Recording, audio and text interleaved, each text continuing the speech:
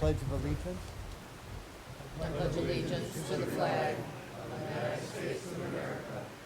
and to the republic for which it stands, one nation, under God, indivisible, with liberty and justice for all.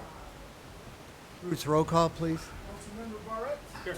Mayor Pro Tem Dinsdale. Here. Councilmember Ellis. Present. Councilmember Gazelle. Here. Mayor Patriski. Here. Councilmember Kusick. Here. Councilmember Seeley. Present. On pages 3 to 9 are the minutes of the September 17th meeting. Please review them, and if they're in order, I need a motion to approve. Motion. Approved. Is there a second? Any further discussion? If not, all those in favor say aye. Aye. On pages 10 to 12, we have a couple of boards, commissions, and committee minutes to accept in the public domain. I need a motion to accept. I have one little thing, Bruce, on closed meetings. It had me down as both attending and absent. Too late now. That's alive and vibrant. Okay. Okay. The next item is, I need a motion to accept. Accept on the basis of the amendment. Okay, is there a second? So moved. All those in favor say aye. Aye. Public comment on agenda items. Agenda items. Hi, I'm Bill O'Keefe, part of this august body many moons ago. And I have a question. I don't know exactly where it fits, or an incident that happened regarding the council, and I did call you on it, and I appreciate the call back. Some time ago last week, maybe at the beginning, I received an invitation to attend the Meet the Candidates at Lakeford Shores Council at the Yacht Club, and being Irish and bright, I decided to go over there and partake into Meet the Candidates, which I understand there were only 3 out of 4, but that's another question entirely. But what I wanted to know is when I went to go in, to go up to the table to sign in, I wasn't allowed to be there because it was a private party. And I don't know if you were aware of that or any other people that were there, but I was told that the mayor was there and some council people. And my invitation read, it was on the website of Grosse Pointe Shores. And it looked to me as being a meet the candidates by the council. Do you know anything about this? I've talked to our attorney about it, and I called you back, Bill, also. I know you did, and I appreciate that. But, and our attorney said it was a private event it was a private reception. And I have an invite in the mail as well. I don't know who got one. It was very light turnout. There were a couple candidates there, including a candidate for another city. That's it. But it should not have had the website or a reference to it. I looked up the website. I couldn't find any reference to the website to this reception. Okay. Well, it happens to be, and I made a copy of it because it stunned me that on the bottom of the invitation is the Shores website. And at the Yacht Club, which is their bulletin board, it says Grosse Pointe Shores City Council meet the candidates. I mean, is that, you know? Well, Bill, I didn't print it. I didn't, But what I'm saying is the website, the Grosse Pointe Shores website was intact. It didn't mention this private event. That's what I was calling you back It was a on. private event, limited to a list? That's what my understanding is. Mostly, I think it was Grosse Pointe Yacht Club members. I think you're a member of the Grosse Pointe Yacht Club, aren't you? Not anymore. Okay, but it was to Grosse Pointe Yacht Club members, of which I'm a member. I received an invite in the mail. And is this part of, I spent 10 years in the board, and we never had a situation where the Grosse Pointe Shores would host the Meet the Candidates night and limit it to a private meeting. Who paid for it? I don't know. You're the mayor. I was an invitee. I mean, I was there. That's true. I wasn't there long. It was very short. Was it an hour? 40 minutes?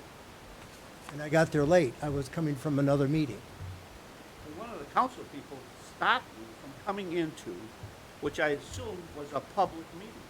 It never says private on it at Oh, all. I talked to our attorney about it, and his reaction was it was a private reception, and, well, yes, please. I think you ought to talk to the organizer. Not here? Well, you know, I think you should talk to the organizers of the event because. if I look at the, No, no, pardon me. okay. Um, Because, yeah, if you look at it, I mean, I looked at it too, and I said. Well, who are the "Gee whiz." organizers? Yes, sir. I looked at it myself, and I said, this looks rather odd. It's not a city event. There was no taxpayer money involved. I'm not exactly sure who put it on. I mean, it could have been the yacht club, it could have been Mr. Seeley. But I suggest maybe you talk to one of them, to whether, what the propriety of it was. Again, it doesn't have anything to do with the city. Yet the city's website Yeah, address. I could put the city's website address on something I send out, but it still wouldn't constitute a city event. You could do it, and it wouldn't constitute a city event. What I'm telling you is, my understanding is that the city didn't have any involvement in it whatsoever. Kind of looked like an endorsement to me. Except that the city didn't do it. Well, you would think, just normally, it'd be private. Don't bother showing up. I'm with you 100%. If it's campaign literature, it's required to show the committee for, it's supposed to designate on there the committee to reelect or a committee for the election of whoever's put and that obviously was not on there from what I just saw. So whoever, But I was uncertain, so if I send out an email, which you just said, I can use www.Grosse Pointe Shores. I'm not saying you're authorized to do that. I'm saying if you were to do it, it wouldn't bind the city. Well, thank you, Bill. I'm But an outlier. Okay, thanks. any other public comment on agenda items? Agenda items? Not familiar with the process that we did. Just can we comment on Under the park section, if you could wait till then. Thank you. Harry? Public comment on agenda items. Good evening, Mr. Mayor, Council, Mr. Renaud, Mr. Nichols, folks in the audience. Now, first of all, I want to thank the representatives of the Grosse Pointe NAACP. I think it's pretty special and it's very much appreciated. Our youngest daughter was involved in the first meeting held by the Grosse Pointe NAACP, and we were so proud of her.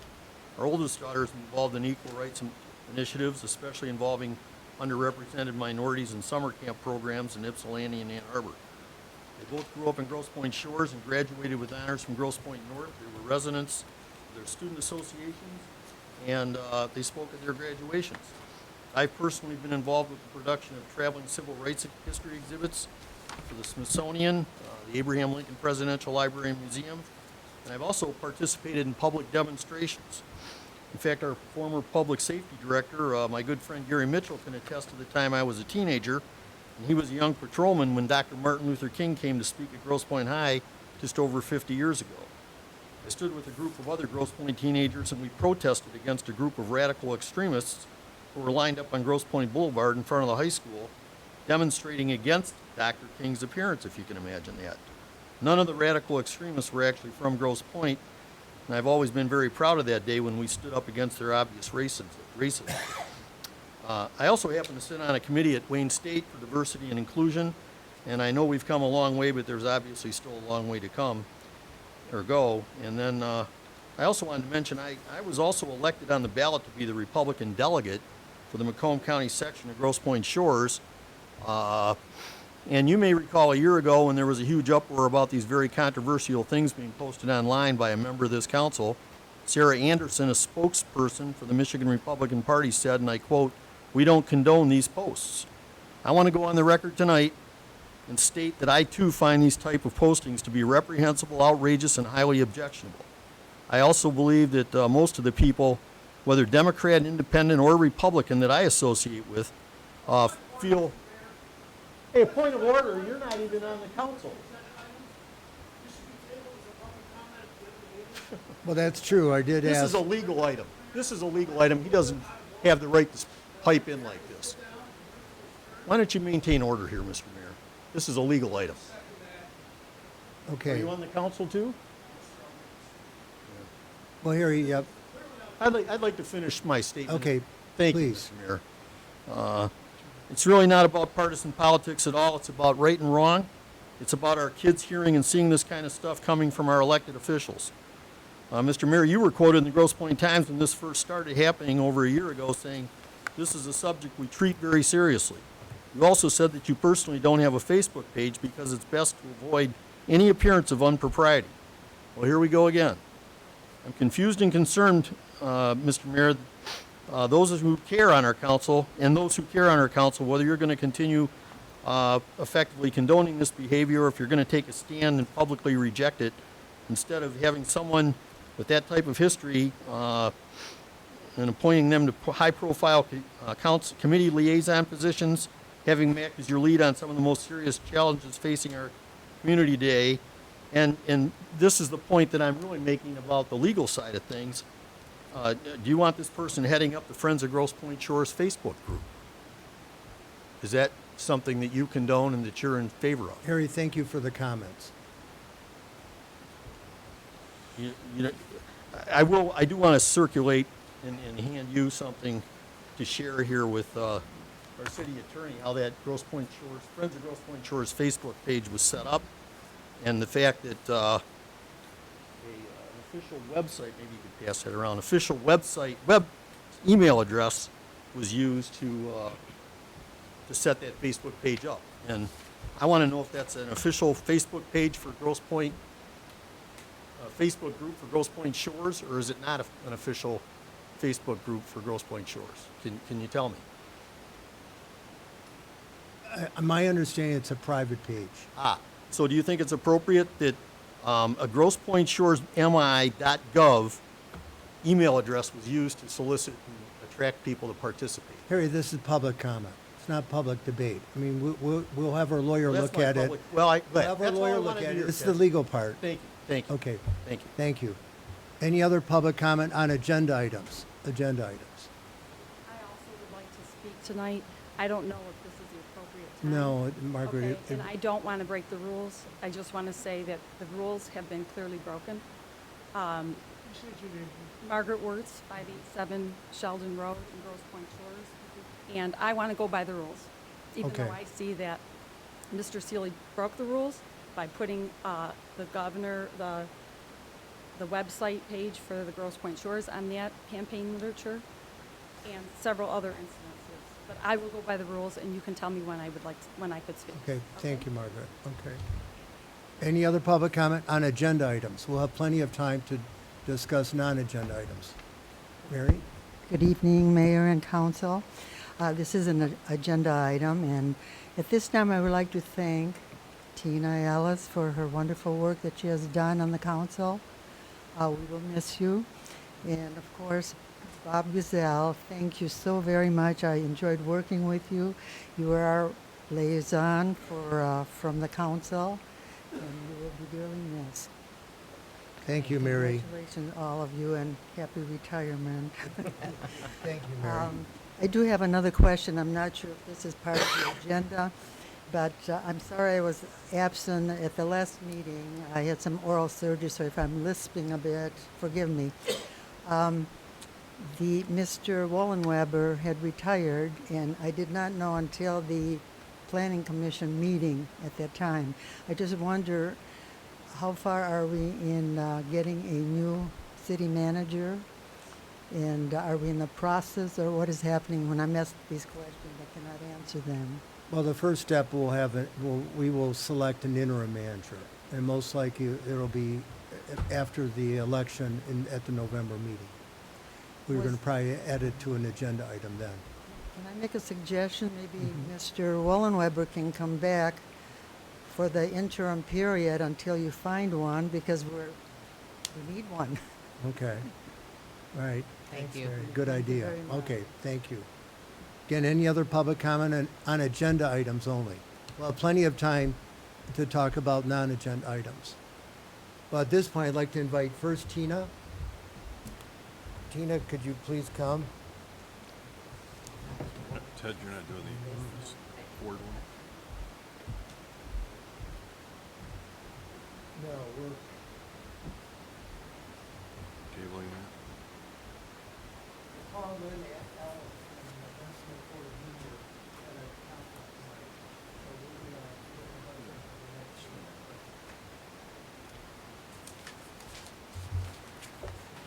Tonight's game is last year. Warriors are down by Rayford. Really quickly. And we are seeing a resident Grosse Pointe Shores in 2004, had a surgery at Union Education, whereas Tina served as chief counselor from 2016 to 2019. She served as the public relations council liaison, chairman of the Parks School Building Committee, finance committee member, and member of Grosse Pointe Shores Cathedral Foundation. Tina continues to persist in exemplify the need of loyalty to one community, making a positive impact on her city, the difference in her city. Whereas Tina graduated with a bachelor's of science degree in marketing, sales, from Ferris State University. She was employed by the Alliance Laboratory and pharmaceutical executive for 25 years. She has also pushed on legislative and her efforts are illustration of dedication to the community. Now therefore, the 60th day of October, I, Mayor Chad, the City Council, and all elected, take pride and joy in felt by Phyllis Manning, her husband Marty, and Darren Morgan, and congratulate her on this latest honor.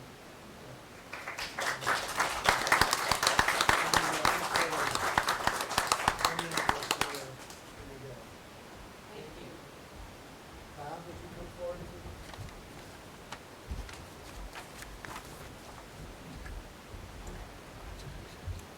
Nice job, guys. You've been on the council for 8 years. So, whereas Bob has been a resident of Grosse Pointe Shores since 1997, and he served as community and legal education. Bob has served as city council member from 2011 to 2019. A member of the Grosse Pointe Shores Decision Foundation, Finance Committee, Planning Commission. Bob continues to pursue to exemplify the need of loyalty to one community, making a positive impact on the city, the difference in the city. Whereas Bob graduated with honors from the University of Detroit, University School of Law, received a bachelor's of arts in economics and business from Notre Dame. Bob was a shareholder of White Personal and currently a counselor at the youth firm of Dallas Pratt and Pratt. He's a member of the American Bar Association and the State Bar of Michigan. And Bob specializes in business and corporation law, mergers and acquisitions, real estate finance, and estate planning. Bob is also served on legislative assistant as the third council member and as president of the council. His efforts are illustration of dedication to one community. And therefore, this 15th day of October, I sadly introduce Bob Devine as the mayor of the city council and the residents, sharing this way held by Bob Simon and his wife Mary Ann, and congratulating him on his latest honor.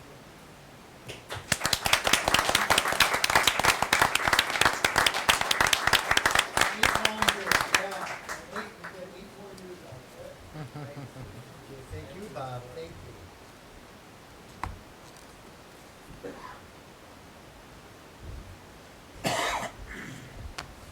We are all volunteers here, and it just gives me a lot of pride and joy to thank people who have served so selfishly on the council. When Bob took over in 2011, things were a little bit disjointed. Is that a good word, Bob?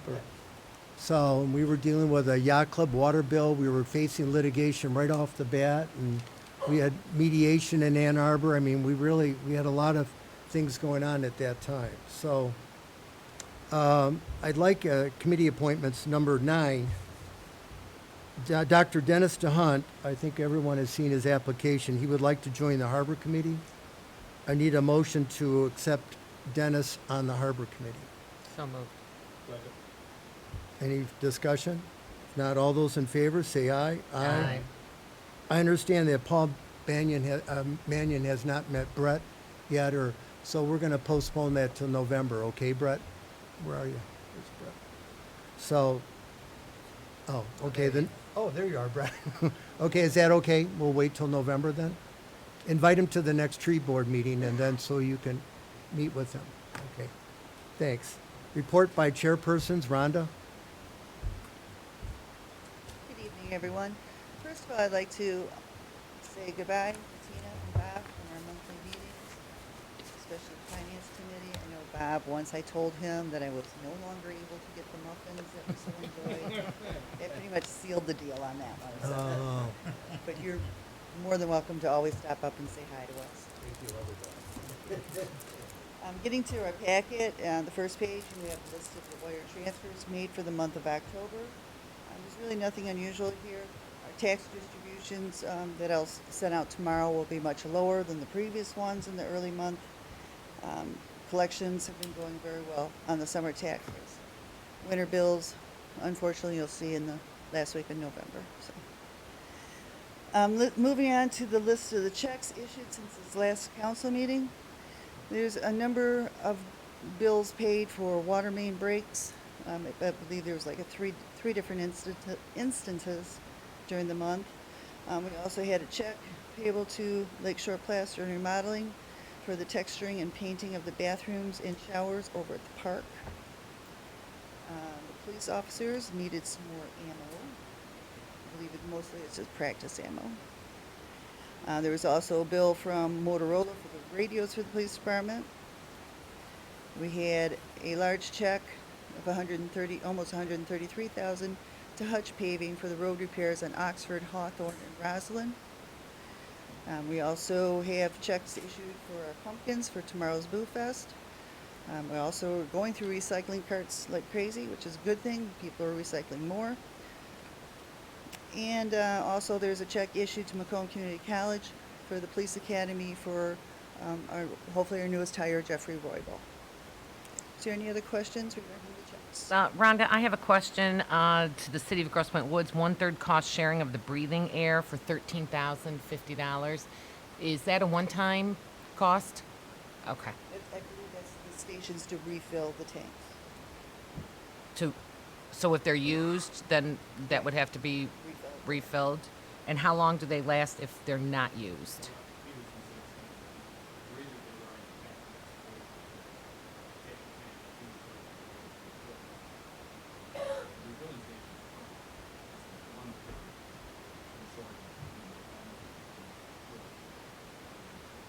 So it doesn't cost $13,000 every time they go fill up a tank? Okay. Remember, Tina, the capital budget, we had $39,000. We split it 3 ways. That's Okay. when we bought the new breathing equipment for the $6,000 units, that Scott Air Systems that we had. Because we're compatible with the woods, the farms, and the city, because the one is not compatible with us. Park is not right.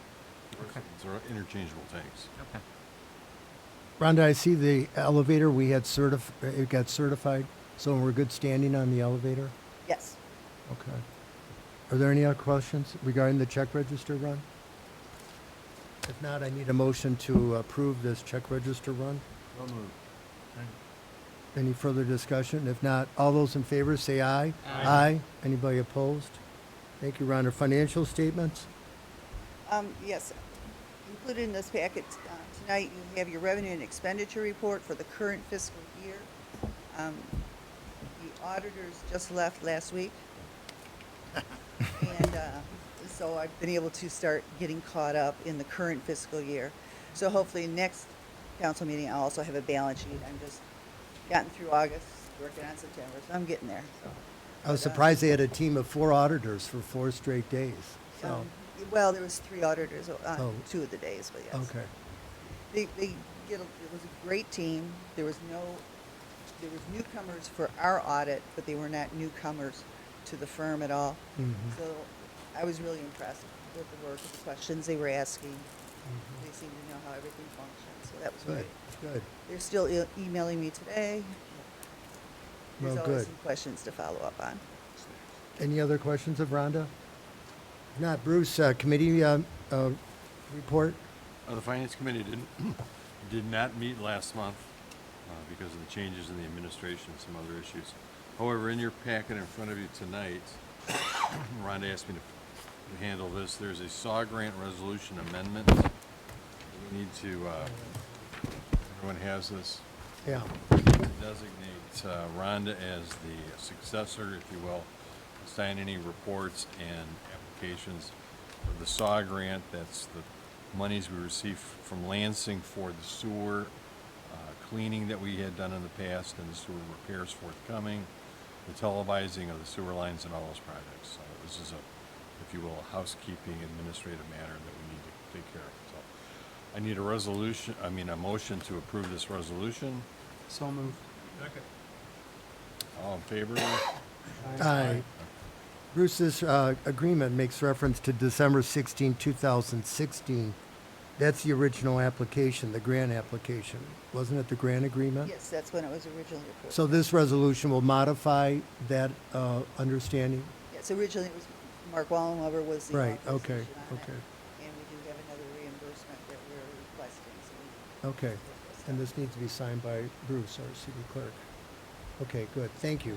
Thanks for having us. Thank you, Bruce. Public Safety Chief? Good evening, Mayor and Council. Public Safety has been continuing to work on the following within the last month. We are working on recruitment for public safety. We are still in need of one officer. We have a posting on the MCOL's website, as do 75 departments in Michigan, so we're struggling for officers that are qualified. I've been monitoring the progress of our academy recruit. I've got a progress report on him this week. He's in the very top of his class, and this gentleman will be a really good fit for us. He has military time. I'll explain. He should be sworn in at the December meeting, and we're very proud of his progress. As you can tell, he's been in the military. He's really squared away. He's an excellent officer. I've been working with the city attorney on a dispatch lockup agreement. We have some additional areas that have been brought to our attention. We're going to be looking into those shortly. I know that will be discussed tonight on new business. Working with the Ford House on a regular basis because of the construction, on the fire alarm, the suppression systems, on the Knox box locations that they will have. If you're not familiar with the Knox box, it's a box that contains a master key, so that if we need to get into the buildings in the middle of the night, we can access the buildings, etc. But Tom Krolchek and I have been down there several times to talk with them about the fire suppression systems. We've been working with HRC on pressure testing, etc. So, and that project is coming along quite quickly. Working with the labor attorneys on 2 grievances, including with Command and Patrol, and we've had 1 arbitration hearing, and we'll be going to another one at the end of the month. We're still waiting for our 2020 Ford Explorer. As I mentioned, the police and most of the regular build Explorers were subject to a recall directly off the assembly line, and currently our vehicle is in Flat Rock waiting its turn for repairs. So I'm hoping to get that sometime between leaf season and snow. That's always a contention when I walk a new car over there. I drove with an officer today to Romeo. We picked up the fire truck that's been repaired. Our newer fire truck had the pump housing replaced and repaired, and we're hoping to get that back in service very quickly. That's all I have tonight, other than I wanted to express my thank you to Tina and to Bob. It's been a pleasure working with you, especially closely with Bob on the Finance Committee, but your service to the community is remarkable, and it's been a pleasure working with you. So, Thank you, Chief. Any questions of the chief? I got, What, I was down Flat Rock the other day. Your vehicle's out there. Good luck. There must be and it better not be 100,000 orange. vehicles down. It's crazy. They are all over the place. I've only seen 2 on the road, and they were not police vehicles. I'm not saying what's wrong with it. Well, we know what's wrong with it. Yeah, they have a transmission issue. The vehicle slips into reverse. Started and not started. Really? So they say they have a fix for it, and they're starting to trickle out. But Wow. we ordered it in April, hoping to get it after the July 1 budget. Wow. but So far. what did it cost to get that pump fixed? I think it was about $6,800. Did you test that thing today? Were you pumping water all over the street like this afternoon? No. As a matter of fact, it came back and there was an issue with the battery, and the mechanics were looking at it in the morning, but I don't believe they pumped with it today. You were pumping one of the trucks today? They could have been. But so the truck's now good for, Well, the pump housing had some issues. It picked up, sometimes there's rocks and things in the water mains, and they do serious damage to the water impellers in the pump. It's We're wear and hoping, tear. yes. but the tank's not leaking, everything else is, That's the other truck. This is our newer truck. This is the 95, and it's. But so far, the other one passed our pump test. We have an upcoming ISO test for insurance.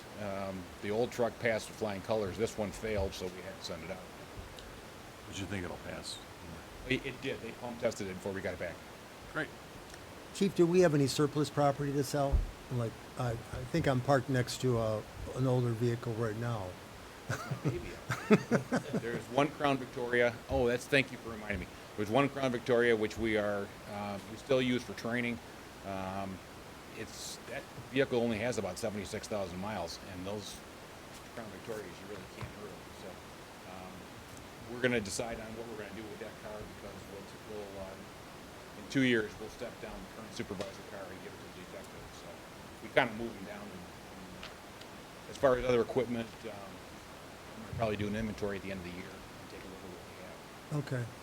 We were fortunate enough to, there's a 2017 Ford Focus, like the one on the north fence, which we were able to obtain on a forfeiture from OWI Forfeiture, so that vehicle will become city property as well. Okay, good. Thank you, Chief. Brett, Public Works? Good morning, Mr. Mayor, members of council. I think I'm going to be very brief with my report tonight. Let me start by saying thank you for your services, Councilwoman Ellis and Councilman Giselle. It's been a pleasure working with you both. We've always had great communication, and as far as the Public Works Department, we appreciate all you've done for Grosse Pointe Shores. We've also had a lot of things going on since our last meeting. As much mentioned in the bills, Hutch Paving has completed the paving on Roslyn and Hawthorne roads. Oxford has seen some heavy patching, is looking quite a bit better than it has in the past. The punch list items that I mentioned on Bell Mead at our last meeting have been completed, and all our asphalt work is done for the year. I can say that I think Hutch Paving has done a good job the last couple of years that they've been working with us. They're kind of a new contractor that we've been using, and things seem to be working out quite well.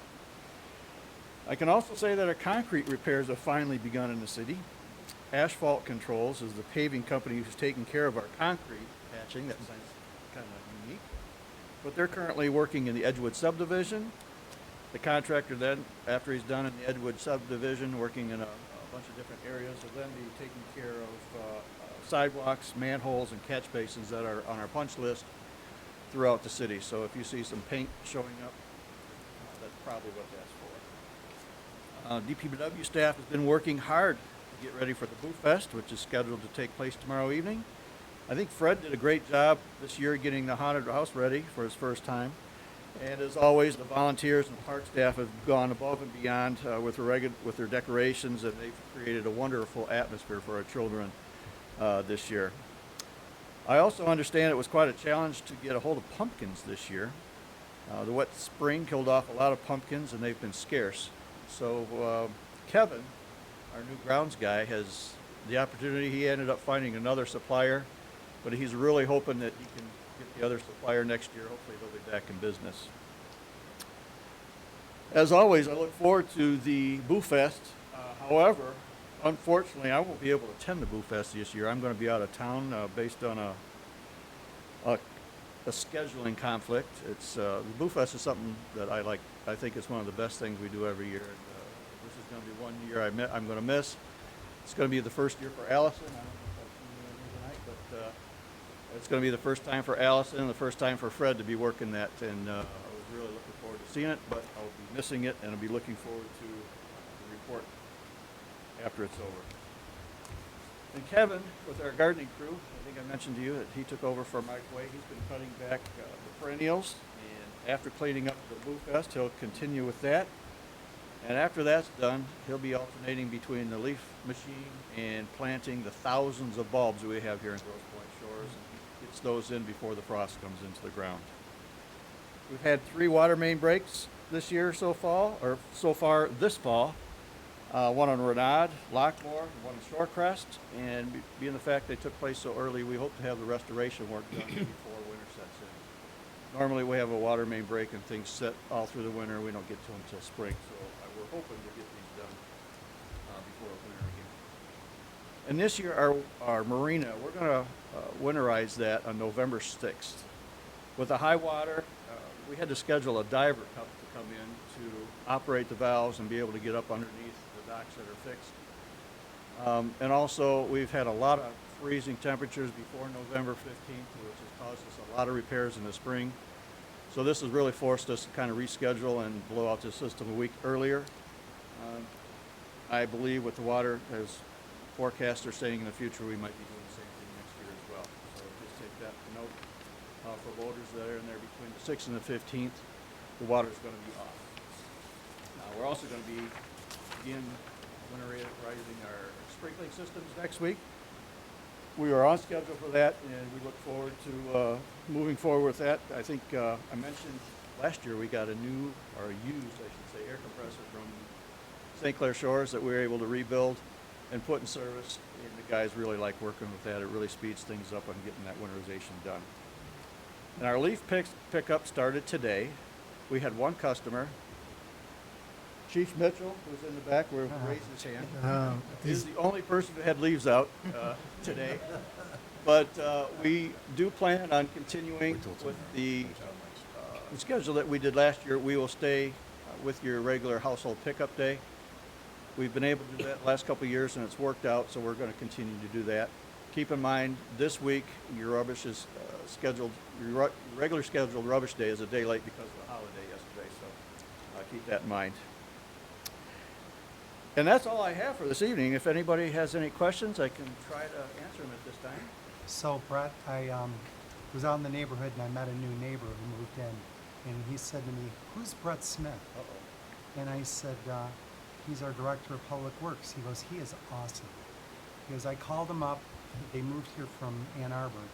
Said I had all of this stuff to put on the curb, refrigerators, all kinds of stuff. Very concerned about it because there's always a big deal where he lived before.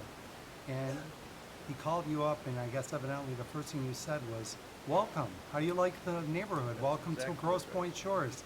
And then when he mentioned everything that he had, and that he had to move him from his garage to the curb, you're like, "Don't do that. My guys will take care of it." That's great service, and I just wanted to thank you for it. I certainly appreciate that. We try to Thanks, Brett. do it well. Yeah. Thank you. Right. What a great ambassador you are. Thank you. Thank you. Park Committee, Joe? Good evening. Bob, thank you. Tina, thank you for your service. It is a pleasure to get to know both of you over the last few years, and I do appreciate you for your service. I know it's not easy. Sometimes think maybe a lot. I'm here today representing as chairman of the park committee, and we were pretty successful all year. Bob, Doug, and I, and the team, the committee, we did a lot of good things this year. But one issue seemed to rise up and was really causing us a little bit of grief. Not necessarily because it was a bad thing, but we had to really think it out and really spend some time on it. And Doug talked about it, I believe, in the last council meeting. And it's about dogs in the park. As chairman, I honestly never really knew what our policy was. I'm being honest. I didn't know. I didn't know that dogs could run free in our park certain times of the year. And I learned about it through, a series of complaints. We learned about it through a series of things that had happened in the park. And as everything else, it comes to our committee, and then we talk about it. And we run it around the committee, and we find out what kind of concerns the residents have, and then we spend some time thinking about how we're going to make some changes, and good changes, whether it's good for some or not so good for others. So we kind of have to look at it. So, like anything that I do professionally outside of this business, I'm always looking at, well, is it the right thing to do? and then look at the root of it, and what are the causes, things that could, based on a decision that we make, what is it going to cause from a decision that we make? So, you know, we initially came up, like I said a month ago, as a committee, we made a motion to ask that dogs remain leashed in the park, and that at no time should a dog be unleashed in the park. And, you know, went around the group, we all discussed it, we all gave our opinions on it.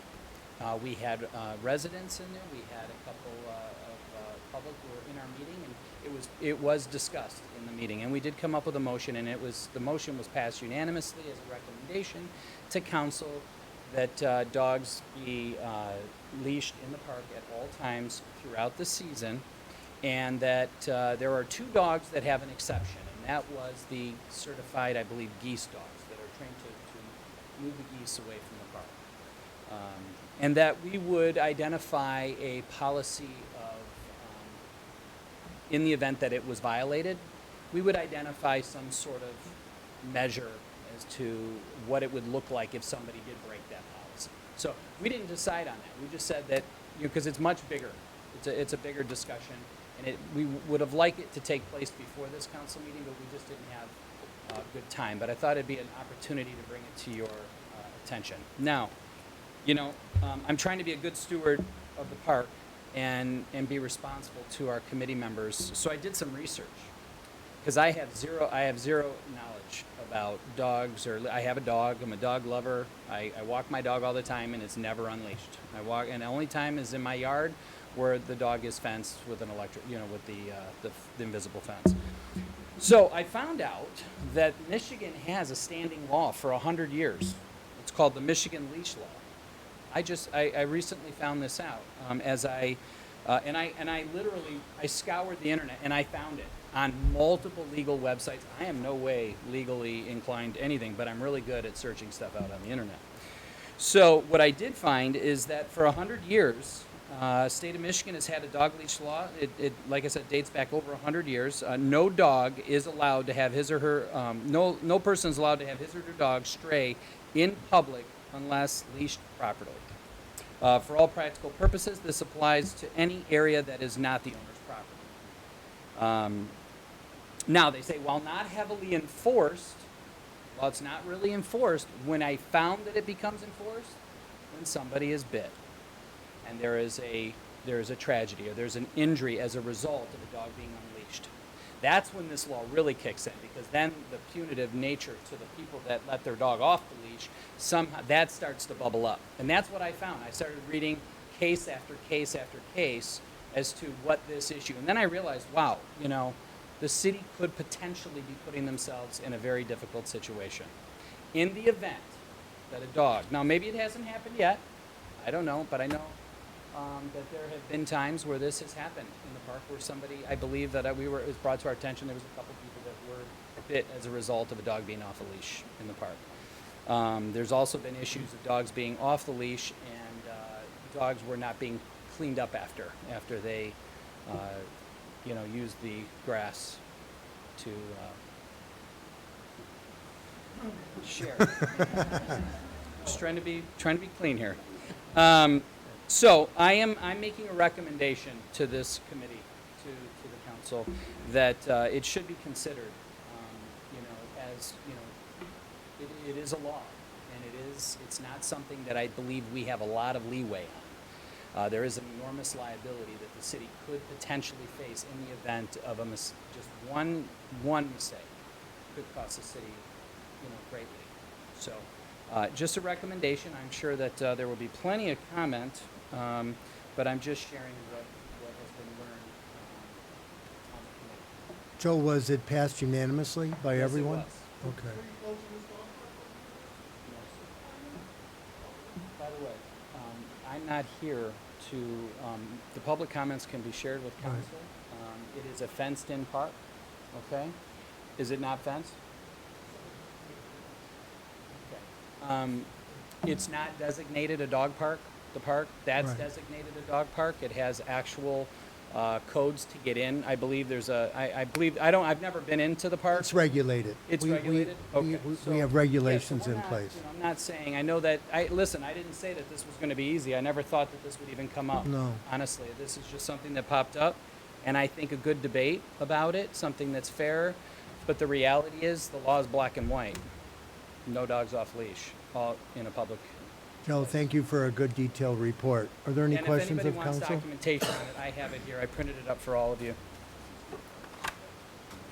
Yeah, I would like a copy if you have extras. Here, you can pass it on. I passed, and these all came off legal websites. You can pass that around. They all have different, and dog licensing as well as in there. So, and they actually document the actual law and state. Any questions? No, great report, Joe. Doug, Yeah, I wanted to say though too, we were supposed to have a parks meeting today, but Yes. Joe was out of town and he couldn't be there at 9 o'clock, so we asked if we could change it to 11 o'clock to facilitate him coming from the airport, but none of all the other folks had stuff already going on. So we'll try to have a meeting. Yeah, we're hoping this maybe month. before the end of the month, Before so the we end can of the talk a month. little bit further. But you already Talk about voted it on some it, right? more. We voted on it It's August already 20th. been voted on, and I brought it up to council Yes. 2 meetings ago. You guys shipped it back to us and said, let's look at some other ideas, you know? But, you know, I'm afraid we're gonna go back and come back with the same thing, and then we'll just put it to a vote. And does anybody else wanna talk about it? You wanna talk about it now with the audience? Well, we could wait to public comment, or if, let's wait to public comment. Okay, that's fine. Are you in Um, favor of it, Doug, or is it something Yeah, no, that? I'm in favor of the leash. Of put 'em the on leash, put it on a leash? Yeah, yeah. Okay. I didn't vote because I was gonna vote here, but. Okay. you know. Well, thanks, Joe, yeah. And so the meeting, hopefully we'll reschedule that for later this month. The Doug, top I lot- have a question. Yeah. So when does the policy kick into effect where we're off leash? That we currently have? It's when the harbor closes, I believe, the 15th of November. So, So like, that's still, you know, that's still good. That's, no, is this policy gonna go into effect before the next vote? for the next Council meeting in council November. meeting. You know, we have to vote on it here as a council. Be 2 We bring days, it Matt. back to you. Council's the 17th, So there'd be 2 days where dogs. 2 or 3 days or even a week that potentially there could be a dog off leash in the park, Right, okay. potentially. So if somebody gets bitten those 3 days or something, then, That's why we have insurance. okay. We've had one incident in the last 5 years of a dog biting somebody. And that dog's been banned. So, Anything else, Doug, Yeah, for the the? top lot is complete. I've seen, Brett out there this morning putting in, mulch and everything, so it looks real nice. I was by there today unloading about 400 pumpkins. And the Boo Fest is tomorrow. Reiterate that, 6 o'clock. That's all I have. Good. Any questions? No, I think you've covered it. Okay, thanks, Doug. Harbor Committee? John?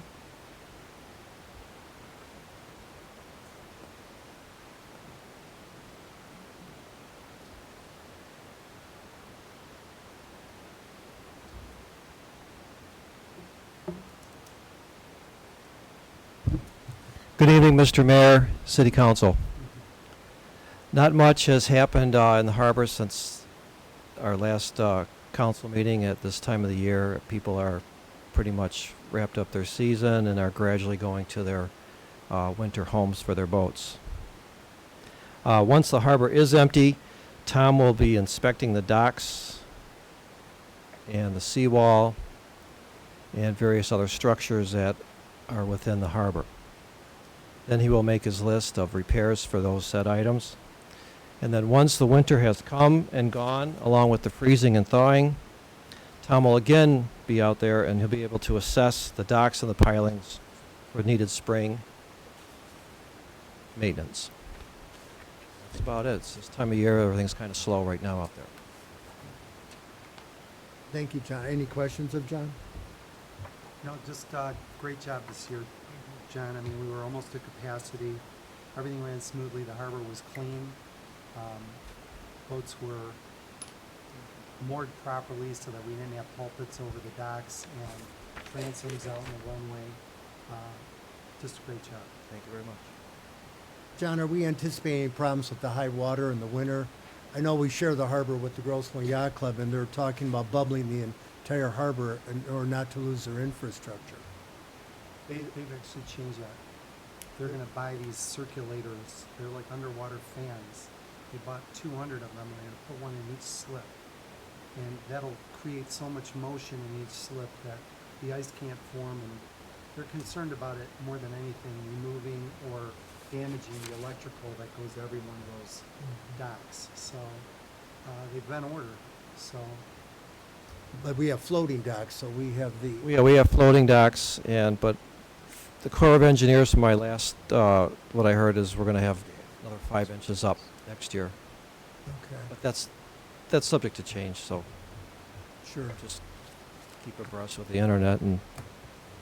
Okay. Yeah. John, Thanks, John. good report. Infrastructure, Bob? I got nothing new unless Brian's gonna talk about it. Nothing more from Wayne County, of course. Okay, well, one thing, I had the pleasure of meeting with Tim Colleen last Friday, and Tim Colleen's our Wayne County Commissioner, and we talked about the seawall, and it was a chance meeting, but he said they're aware. I said, doing nothing is not an option, and I told him that we are gonna use whatever all our remedies are in order to solve this problem, but we can't do nothing. He said he called Richard Kaufman, his boss's boss, or the deputy chief, and he said that he told them how serious it was and that he promised action.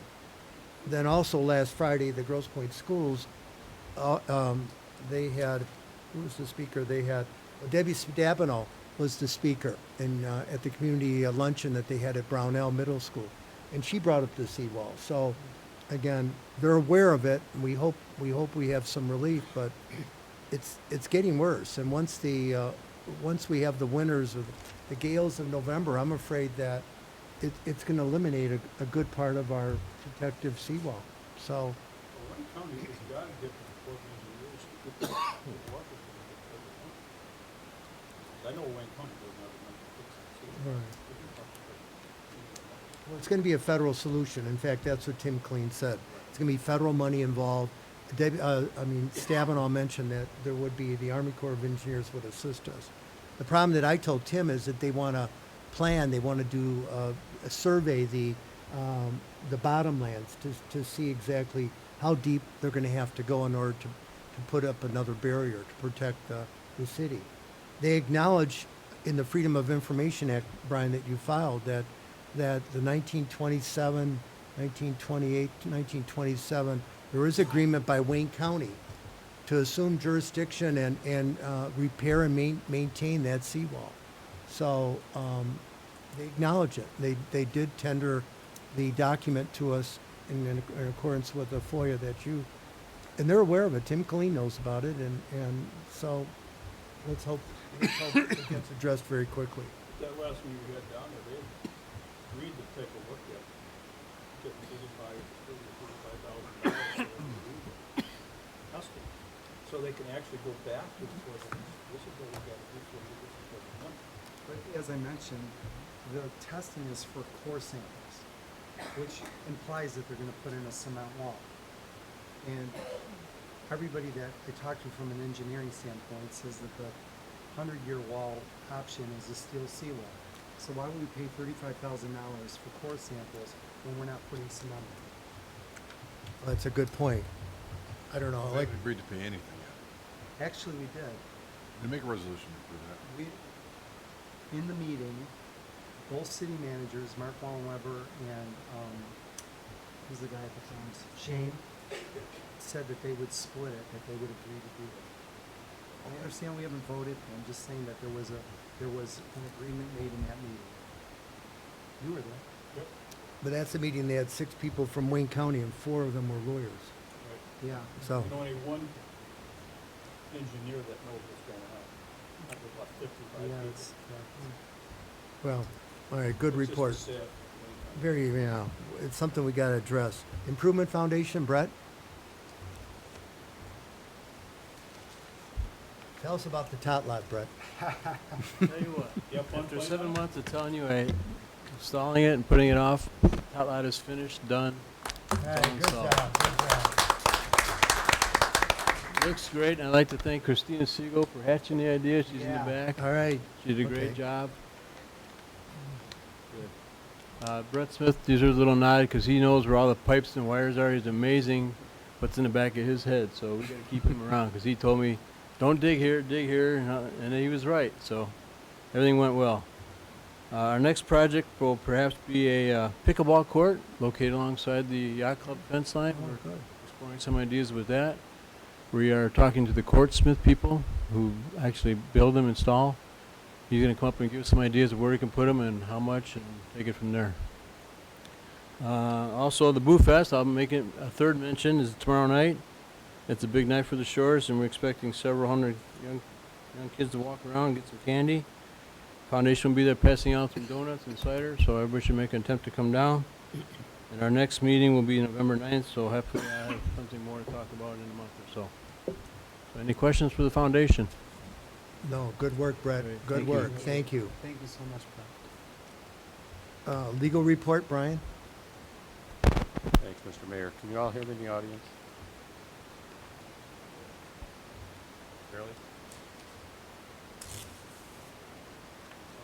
Yeah. I turned it off. There we go.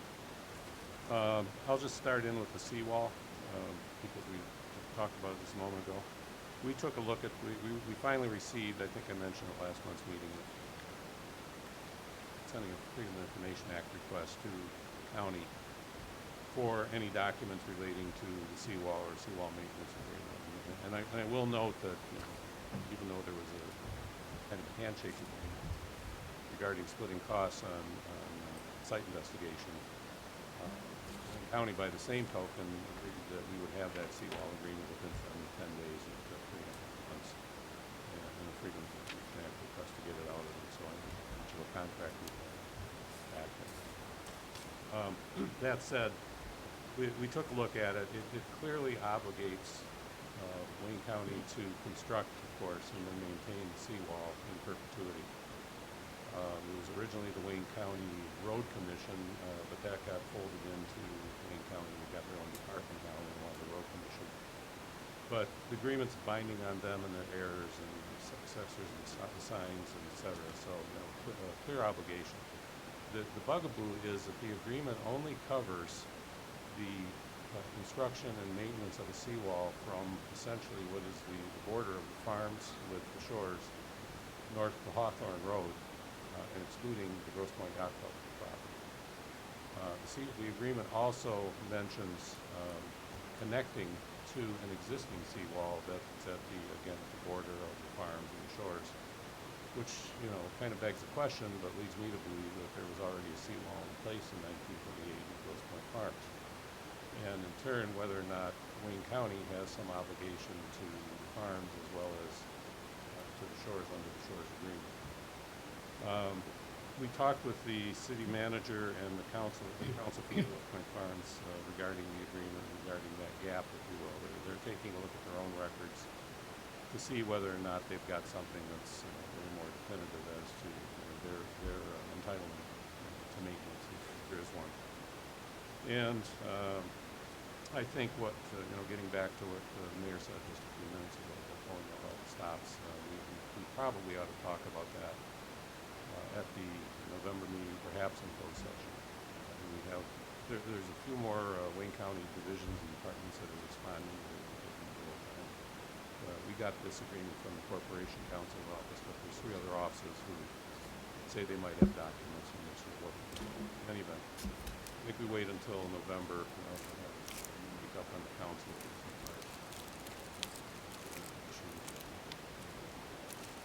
Discuss in turn what the city's options might be. Working backwards again on the Deep Lands property development matter, it's pretty much status quo. Things seem to be proceeding apace. I note that there was apparently a final resolution by the court of the dispute between the developer and the neighbor group with restrictions and so unless somebody's going to appeal, which I doubt. Probably all done. For our part, we looked at the city's request, some proposed performance and labor material bonds. Labor material bonds that have been provided in draft by the developer's infrastructure contractor. We looked at some construction permitting materials that were forwarded to us. We also conducted a review of some insurance certificate materials that were forwarded by the city, and then we consulted with the city and the city engineer regarding an engineering development services escrow for money to be paid to the city engineer over time for various services that they're providing on behalf of the city, but for the benefit of the developer. And then finally, under general municipal matters, we prepared a response to a Freedom of Information Act for city records, conferred with media representatives regarding city council meeting matters. We consulted with the city regarding its own compliance with its Title VI plan. We conferred with the city over the last several weeks regarding multiple management transition issues. Mark Weber's departure and a lot of dangling participles. We've been working with various people at the city on things that have come up. We prepared another FOIA response to a FOIA request for construction permit documents pertaining to 788 Lakeshore Road. That request was granted. We also prepared some final edits and comments on a draft dispatch lockup agreement that Chief Schulte mentioned earlier this evening as part of the package to receive. I understand that there's yet more comments on the part of several of the city council members as to details and whether or not it ought to be implemented as such or whether it needs to be refined yet. And then finally, we conferred with the city and we reviewed documents relating to the city's contract for solid waste disposal services. This is the month. Okay. Good report, Brian. Any questions of Brian? Brian, maybe you're right. Let's put it on the closed session for next month to talk about the seawall. So I'll make a note of it as well.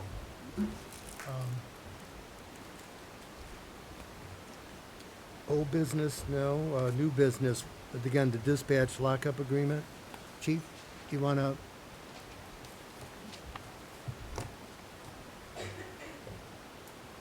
I've had numerous opportunities to talk with the city attorney on the phone, and as well, I have just a few pictures that I wanted to show you that shows the dispatch center as it's been built. I can do this very quickly.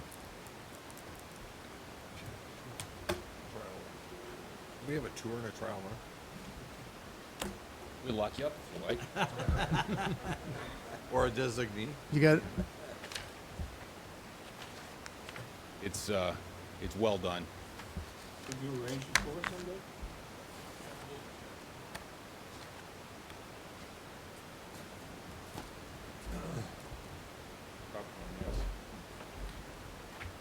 I'm going to take you through kind of sequentially. This is the entrance to the building. This is their apparatus garage. They've taken the eastmost bay and they have turned it into what we call a sally port. This is where the prisoner door, this is where they come in.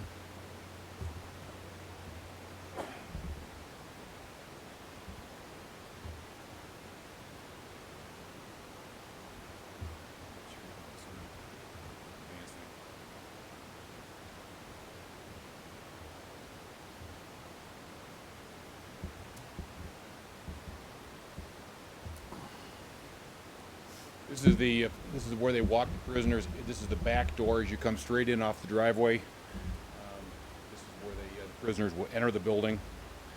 This is the handicap ramp that's required by the Bureau of Prisons that where any handicapped person will be able to walk straight up into that door area as well.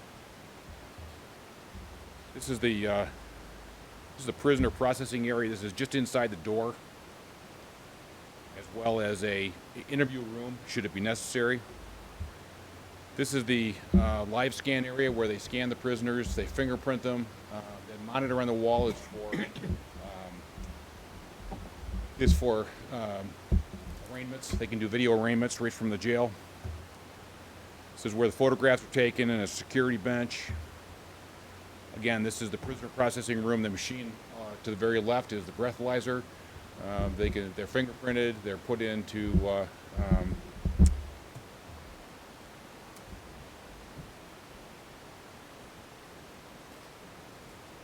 this is the long hallway that's looking back towards the door of the where they came in. Not sure why that's popping up there. It's one of the cell blocks. This is the ADA cell. Americans with Disabilities Act requires that by standard. There's a bullpen. This room on the right here holds 4 to 5 prisoners. We believe they've built this facility to adequately house our detainees as well as their own. This is a look back at the hallway again. Prisoners are put into various color jumpsuits so that they know which prisoner is which. From, again, the ADA cell. This is inside the bullpen. Another picture of that. The security is exceptional. There is no civilians in this area. There's no weapons allowed in this area. It's a first-class operation. We've utilized that $500,000 grant from the state, the consolidation grant. This is the camera where the photos are taken. We will, however, book our prisoners here before we transport to the woods. And that's all I have. And I know there's some discussions. I had just spoke with the city attorney before the meeting in regards to some details that we need to go through. There's some questions that have come up, but we're going to work on those together and then with the woods. So, if you have any questions, sure. Chief, so are you saying that we're going to bring the prisoners here, fingerprint, breathalyze, pictures, the whole 9 yards here, and then transport them to the woods for safekeeping, so to speak? No, we will bring them here. We'll take their property. We book them. We fingerprint them here electronically. We administer a breathalyzer test if that's necessary, if that's part of the arrest. We package all their things and we transport them to Grosse Pointe Woods. Grosse Pointe Woods personnel will bond out the prisoners, and when the bonds are taken, they'll be put in a secure location, and we'll pick those up after the arrest is released. Okay, so you're still going to need all of the facilities that you currently have here, correct? Yes, we have our own breathalyzer. The only module we don't have on Clemmis is photo, which is a very expensive. So we modify it with our own cameras, and we keep our own database of photographs here. But yes, if we were to use their facility for prisoner processing, the cost of this contract would be much higher. Okay. Chief, What are you gonna do? I'm sorry. What are you going to do with the cells that you currently have? Well, we had 2. We converted one into prisoner processing, so that's strictly breathalyzer, fingerprinting, a live scan, etc. The other one is a temporary detention facility for when we bring an officer or we bring a prisoner that's waiting for court. Okay. We lodge them there until they're called to court. Chief, it says any blood draws would be handled here before transporting to Grosse Pointe Woods. Yes, Do we do the blood draws right here? Well, we're looking into that because we think that the Department of Public Health says that since we're a paramedic facility that we can have a location here to do the blood draw. We currently take them to either Beaumont, Grosse Pointe, or to Cottage, and it's done very quickly. Okay. Sir? Cottage provides services like that? Yes, they do. Yeah. Henry Ford does that? Right. Yeah.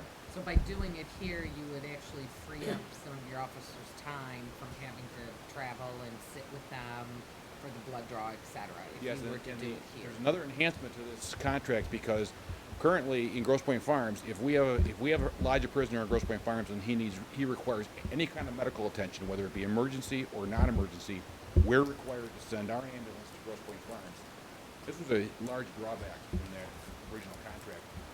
We have to go to the farm, pick him up, transport him to the hospital, the closest appropriate facility, and then stay with him. Now, if there's, under this contract, if there's a medical transport emergency or not, MedStar is their contract medic service, so they're gonna do all the transports.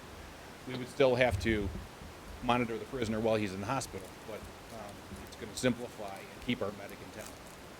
When you say monitor while they're in the hospital, are you talking like bedside or Yes. outside the door? You have to Well, staff it's a security issue, especially if it's felony prison. We have to remain with him. He's in custody. Then do you bill somebody for that, or for that officer's time? He's an officer that's working the shift. So we would just assign an officer to go with the ambulance or to meet at St. John, and he would maintain custody of the prisoner. Many times on traffic matters, we'll release them on a personal bond, just to free up the officer. Chief, do we know what our transitional costs will be? It says Grosse Pointe Shores shall be responsible for all transitional costs. What would that be? The only Like- thing that I can foresee in that, and this doesn't come with a guarantee, but is we're working now to make sure the phone systems are compatible, because if you recall, when we went to the farm, the phone systems were not compatible. We subsequently upgraded our phones so that we could communicate with them, transfer calls to them. None of the administrative calls to Grosse Pointe Shores are going to Grosse Pointe Woods. Those are all handled in the phone tree here, whether they need the chief, they need the detective bureau, the court, et cetera. So, but it's most likely just phone charges. Everything else has been covered on the grant, as well as the construction, so. I think the only question I really have is the term. The initial term is 3 years, and so we're bound for 90 days prior to the 3 years. Yeah, we don't know what our costs are in year 2 and 3. It's $70,000 for year 1, but we have to renegotiate year 2, and we have to renegotiate year 3. I'd like to shorten it to 1 year with annual renewals. I talked to Brian about that before, and he didn't think it was going to be too difficult, but I know that you. All I gotta do is take my pen out. The other issue is that they don't want us to leave, number one. I'm not saying this isn't contractual, but they don't want us to leave, number one, and we really have nowhere else to go because of the equipment that is involved in this is, $300 and some thousand in the 911 system, in all of the switching systems, the geo mapping. So they're inclined to keep us, if you will. And I know you're concerned about the year to year. I think we had set up in there that the managers would, with the council approval. I mean, it could go from 70 to 100 or 100 to 130. I mean, right now we're paying about 90,000, aren't we? Currently paying 75, and I think this contract calls for 70 to start. Okay. So it's a Okay. 5,000 savings there. That's a legitimate concern. Okay. Okay. Well, we'll leave it to Brian to discuss with Woodson, I think. Okay. Prior to the next meeting, I Yes. think Brian and I are going to meet. Yes. Thanks, Chief. Okay, that was for discussion only. We have public comment, but I'd like to say a few words before public comment. I mean, we've already heard some comments about our city. I wanted to be very clear. Grosse Pointe Shores is a very open, very welcoming, diverse community. Nobody on this council, no one, grew up in Grosse Pointe Shores. We moved here because it's been a destination. We moved here because of the great schools, the great parks, the great houses, and the extraordinary services, as we've just heard from the chief and from Brett, and what's being delivered here. So I just want to make it very clear that this is an inclusive community, very welcoming. And I know, Harry, you raised some issues, and the matters that we're going to perhaps talk about are serious matters, but I wanted to be very clear about this. And as you come to the podium for public comment, please give us your name and your address so we have a record. And I'd like you to to limit your comments to 3 minutes, and again, to be very civil about our discussions. So at this point, I welcome public comment on any item. Yes, come on. Name. Jeff Bickerstaff, 70 Lakeshore Lane. I actually came here representing my dogs, Toby and Sadie. For the last few years, we've had the great pleasure of using the park off leash 3 or 4 times a week and on every weekend. been out there where it's required 2 or 3 pair of pants and several sweatshirts. And I can probably count on one hand the times I've seen people in the park without a dog while I was there with a dog. I know I thought this was still open for discussion, but it seems like the decision's been made. But it would be beneficial if someone were taking accounting at the gate of how many people are coming with dogs and how many without. Because I think 1 or 2 people complaining to outweigh many who I've met there with dogs seems a little disproportionate.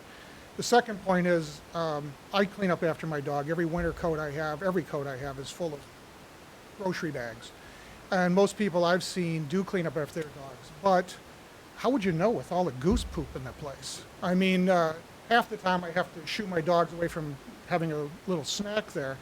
But it would be a great loss for us dog owners to have to give that up. There's no place else to go. The little park over here is nice if my dogs were 10 pounds. I've measured it. It's actually smaller than my backyard. This is a great benefit to be here. And if you were just to give us some time, you know, maybe before noon or after 3, maybe odd days of the week or something like that, that would be beneficial. But I'm just asked to reconsider that. I think that's pretty much a solution in search of a problem right now. Jeff, there's nothing set in stone yet, you know. You seem like you're talking like this. Well, I we've kind of made got this that decision. impression here that there was a vote and, you know, citing a 100-year-old law about dogs off leash on public property, I think there's going to be many people outside of the Grosse Pointe community are going to be shocked to find out that Oshus is a public park. I didn't think it was a public park. I think that's why we needed a pass to get in. So to cite a public leash law on private property seems contradictory to me. Thank you. All right, thank you for your comments. Any more public comment? Yes, please come forward.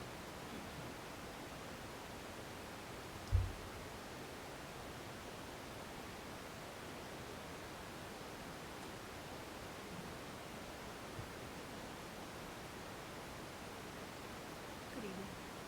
My name is Laura Kelly. I'm not a Shores resident. I live at 316 Ross, Grosse Pointe Farms. I'm here because during Councilman Seeley's social media posts reflect badly on our community as a whole. I believe that Councilman Seeley's social media posts reflect badly on our community as a whole. So even though I'm not from the Shores,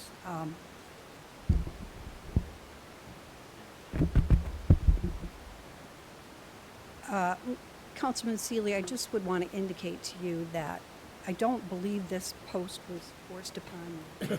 And when you come into this position, you're now a leader in your community. And as a leader, Grosse Pointe is full of leaders, of corporate titans. We have university presidents. We have leaders of hospitals. And I'm sure everyone in this room knows a lot of people in true leadership positions. And what I have found from true leaders is that they don't view it as a position of self-aggrandizement or self-importance. It is a burden. It's a responsibility. And I'm sure everyone on this council recognizes that. You don't get to have that extra drink at the bar anymore. You don't get to have a little tiff with your spouse at Kroger or yell at your child at the playground. You have to accept that responsibility, and you have to be a mature leader because you're a representative of everyone for everyone in your district, in your municipality.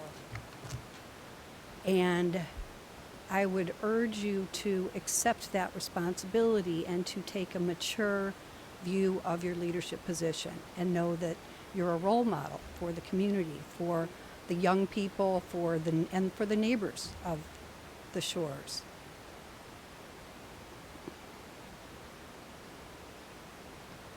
I would just also point out that true leaders are respectful of the opinions of everyone, and they are respectful of the feelings of everyone, and they don't say offensive things just for their amusement or for their narrow followers. They suppress their opinions in many occasions, on many occasions, because they don't want to offend their clients, employees, patients, partners, etc. So I would just ask Mr. Seeley, Councilman Seeley, that you, and really all of us, if we're on social media, that we exercise a little humility, that we do what I sent my boys to U of D High for. Not that they couldn't have gotten this at the public schools where my daughters went, but for that extra second where you pause before you hit that post button and you exercise a little humility and say, do people really need to hear the opinion of Councilman Matthew Seeley? Just take that extra 5 seconds. Thank you. Okay, thank you. Any public comment? Any more public comment?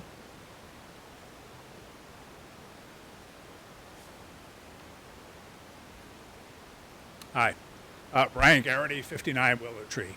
I'd like to speak today to the modifications of the floor in the women's locker area. My wife has been complaining about this for years, not just months. This has been years. It's a drainage issue.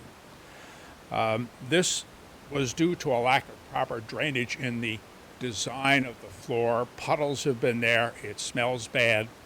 And fast forwarding to just a few months ago, we put a solution supposedly in place. It didn't correct the drainage. It just put a floor over top of the water. The water still stayed there. It smells. I am aware that we were promised a process from the Detroit Athletic Club. I've been to the Detroit Athletic Club, and what we were given is not even close. The issue is the Detroit Athletic Club has rolled up what's called spaghetti mats. They can be rolled up every night. The floor can be squeegeed. It can be dried. The solution that we have here is a floor that uses drainage tiles. Drainage tiles work when you have drainage. We do not have drainage. We also have a popcorn ceiling. The popcorn ceiling is not smooth and retains moisture. Moisture then retains mold. That will get black quicker than anything. DAC has smooth ceilings. I recommend that we get what we are promised. Take the floor up that holds water. I was there today. Today there's still standing water in the shower area under the mats. If it can't go away when people don't use it for a month, it's not going to go away every day. I encourage you to get rid of what we have. Buy some spaghetti mats, just like we were promised for the DAC. Get rid of the popcorn ceilings, and the ladies will be much happier, and we will have a very nice women's room after these many, many years. Thanks. Thank you, Brian. Thank you. Any more public comment?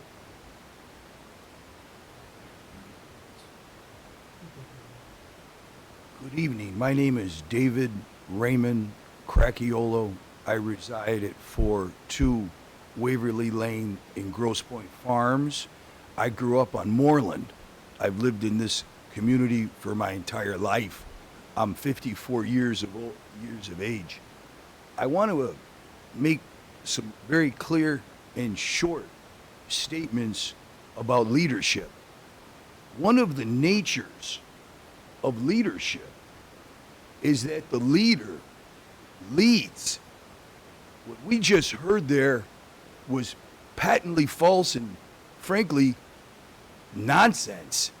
What made this nation wonderful and unique throughout this world was rugged leadership, rugged independence. This is why we have a Grosse Pointe Shores. This is why we have a safe and beautiful community that we all enjoy. Leaders don't squelch themselves. Leaders lead. It is the nature of leadership. So when we hear people, I couldn't hear her. I don't even know who she is. I couldn't hear her. I asked her to speak up, but she didn't feel like it was important enough, I guess, to enunciate. Remember, leaders lead, and it's an unpopular thing to do, but it is an important thing to do. We elect them to lead. I commend Matthew Seeley. He's a personal friend of mine. I commend that we have a Facebook page to share good things about a beautiful community. God bless you all. I also want to commend the two members who are retiring. Thank you for your fabulous work, and I wish you all a beautiful evening. Thank you for your comments.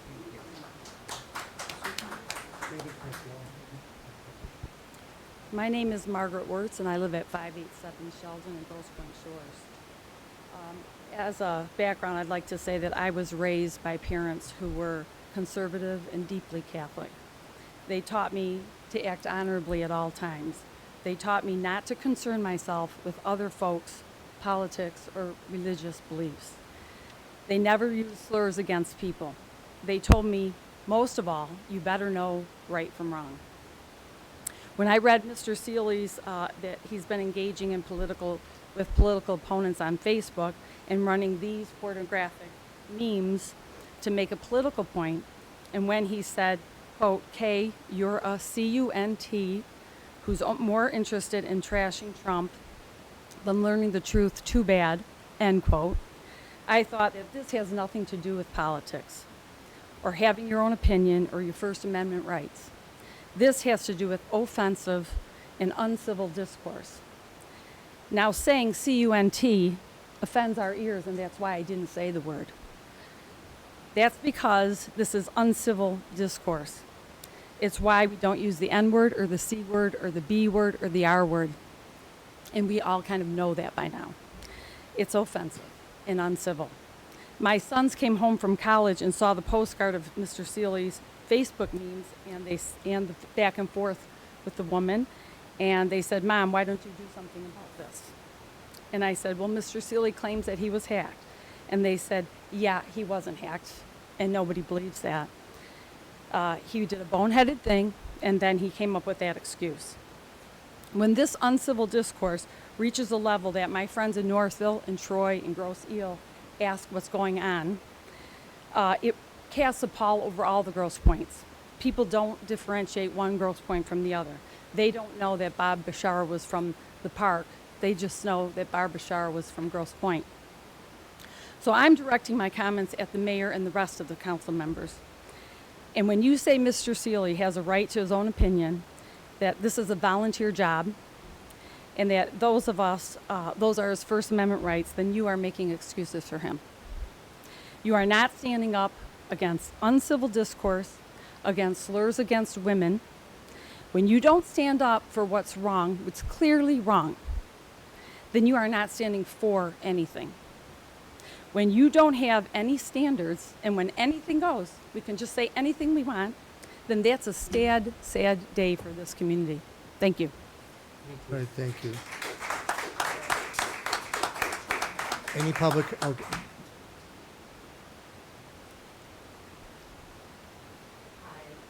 I actually live on 400 Lakeland in Grosse Pointe City.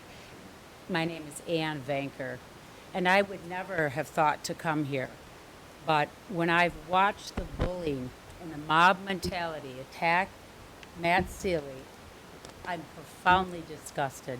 And the organization that comes here from WeGP, talk about vulgar, the hats that they wear that are, you know, basically pro-choice are a bad word, you know, in their pictures. So I don't know about hack or not hack. First Amendment protects Matt Seeley's right to free speech. If everybody gets their feelings hurt, tough luck. That's the way it goes. See, I get my feelings hurt a lot.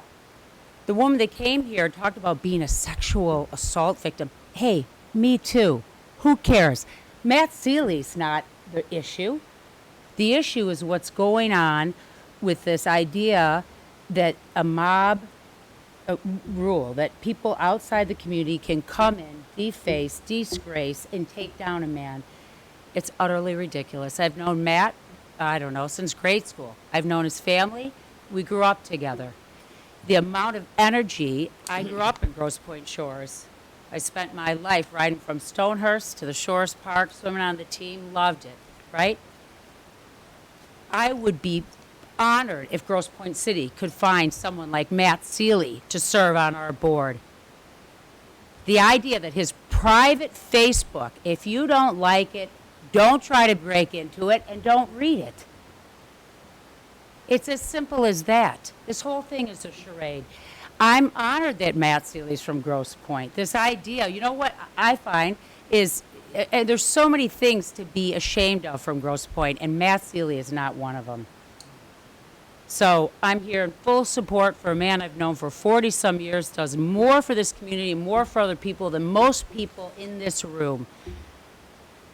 And so I applaud you for standing behind him. And maybe you can change the rules to this, that only people from Grosse Pointe Shores should have the right to come and speak.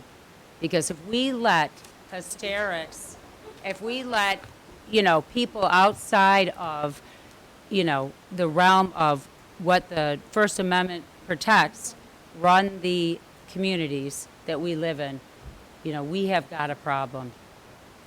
So thank you very much. Thank you.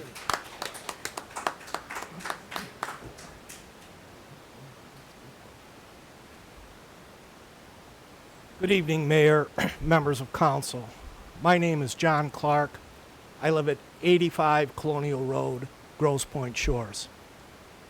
10 years ago, when my wife and I moved into the Shores, I had a question about refuse collection, so I called the Department of Public Works. The gentleman at Public Works, in response to my question about the schedule, said, "First of all, Mr. Clark, let me welcome you to Grosse Pointe Shores." Let me say that again. Let me welcome you to Grosse Pointe Shores. 10 years later, I'm seeing not so welcoming a message from an elected member, from an elected councilman, someone elected to serve Grosse Pointe Shores. The memes, the social media postings are not positive. They're at best shameful, at worst disgraceful. And what I understand to be a First Amendment right to free speech is a right that comes with responsibility. I can't yell fire in a crowded theater. As an elected representative, there has to be a measure of thought that goes into comments. You cannot speak and expect that people are not going to associate the city you represent with the words that you say. You say, well, I've got a right to free speech. I should be able to say what I want. That's my right. Again, I will say the right comes with responsibility. And I will also say that this council has a responsibility. Maybe you can say he has a First Amendment right to free speech. That's his personal business. This is not something that we're going to get involved in. If you remain silent, your words, your silence says more than Councilman Seeley's posts could ever say. I encourage you to take some action, make some acknowledgement that those comments do not represent Grosse Pointe Shores. Thank you. Thank you. Any more public comment? Any more?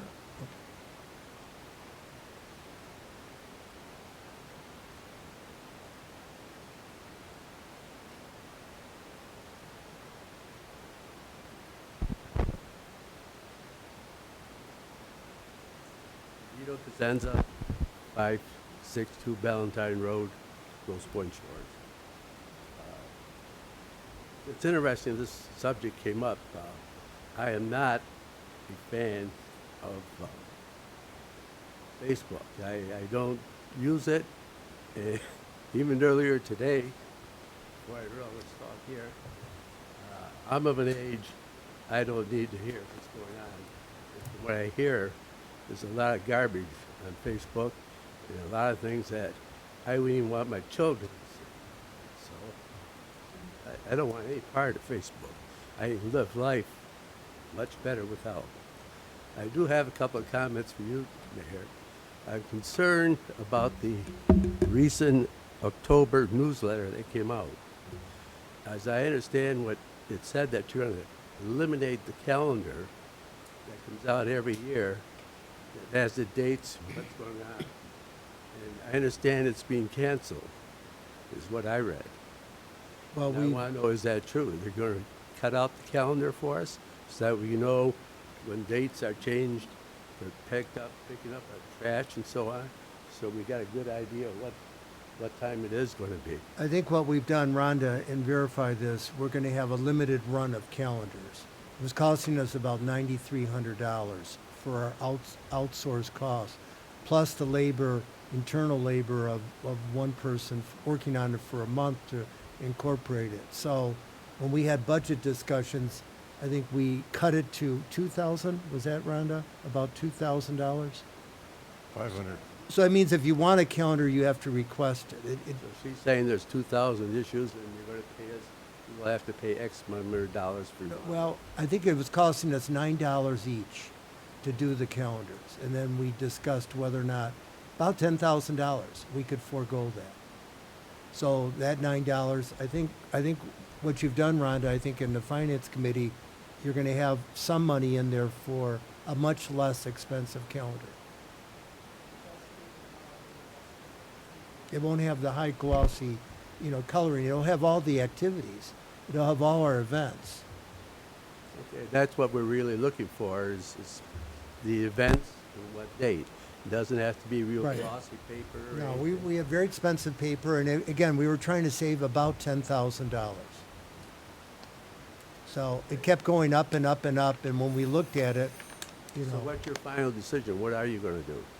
Are you going to do that then? There's going to be a small number. I believe you're going to have to pick it up from the would city think so, offices. yeah. It's I not want going to be a when I have mass something mailing to we'll leave everyone. it on the table upstairs. Right. We're going to No, print you gotta collect 500. from me. I might We're not going to print collect from 500. you. Okay. Vito, we're going to print 500 of it, that's all. Because over 70% of our residents are on our email list, and they get most of their information from the website. Because you can always go to the calendar on the website, and that'll tell you trash deferral day, one day later, and all that other stuff. And that's actually more current because, for example, the Boo Fest has been changed. You looked at your printed calendar, you come in your costume on the wrong day. Oh, where's the party? Okay. I'll find the party. But the website is and that's why the impetus was is that there are fewer and fewer. We're transitioning from people like ourselves who are like paper to the electronic group, and we're seeing that it's less and less use. But we're going to still honor people with paper for a while. Please do that, because you do have a number of people We know. that is my age that don't do that. My wife doesn't use the computer at all. That's what we're doing.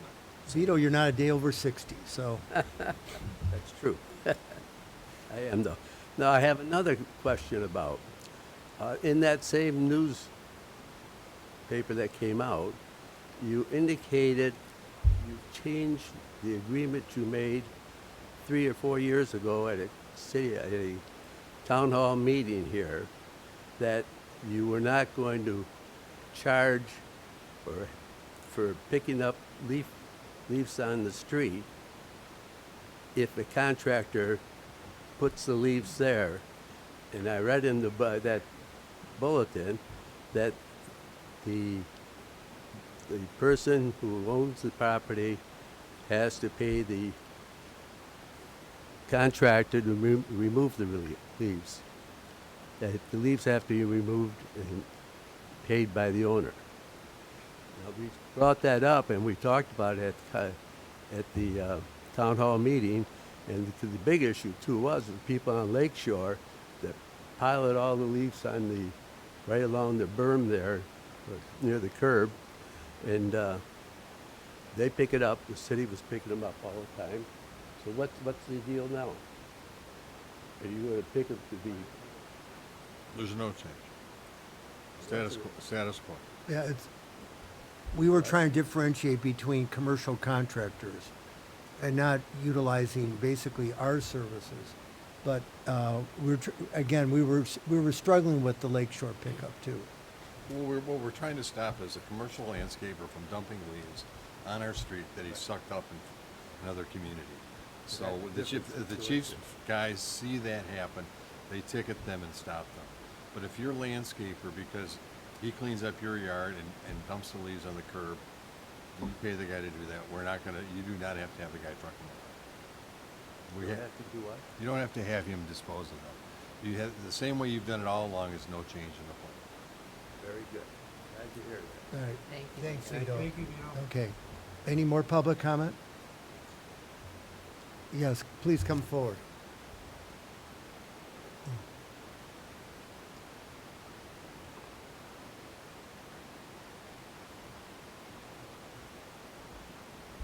Hi, good evening. My name is Nancy Welke. I live at 51 North Duval, Grosse Pointe Shores. Can you hear me okay back there? I just want to make sure everyone can hear me. I really wasn't planning on speaking tonight. I did want to come and hear some information.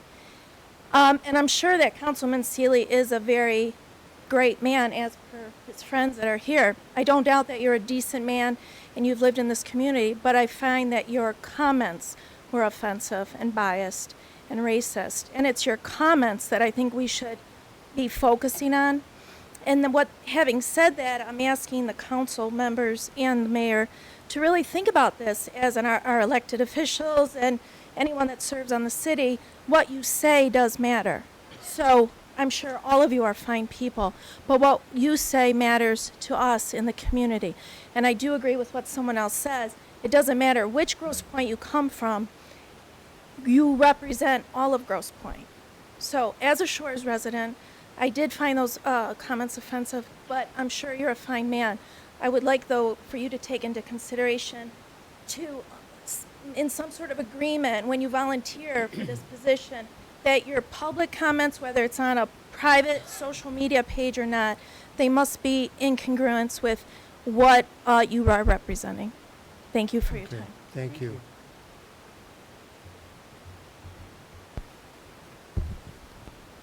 To the mayor and council members, thank you.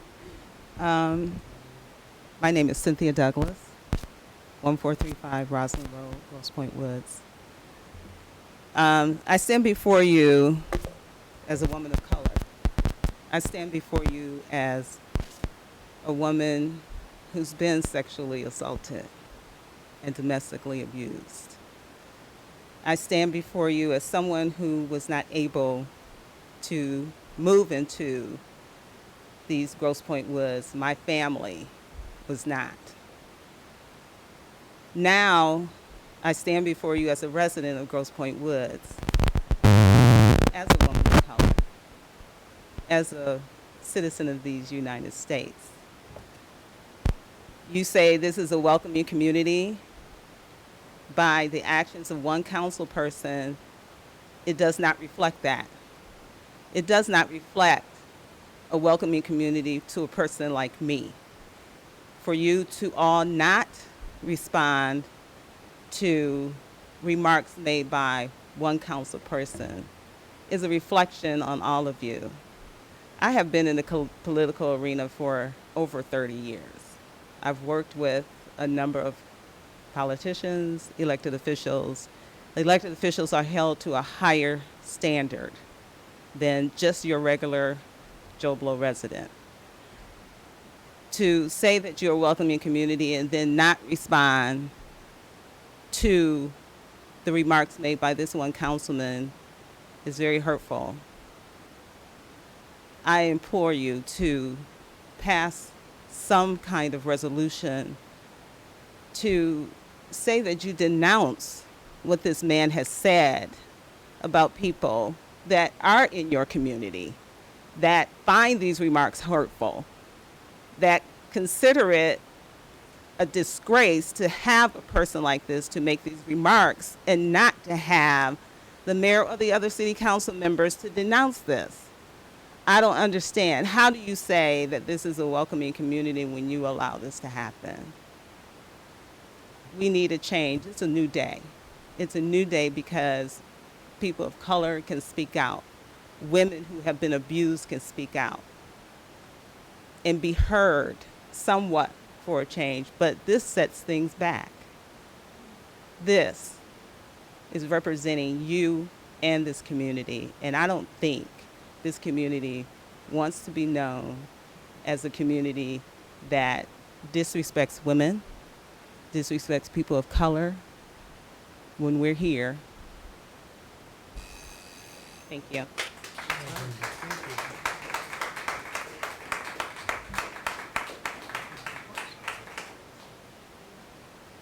My name is Maria Catalfio. I live at 425 Roland Road in Grosse Pointe Farms.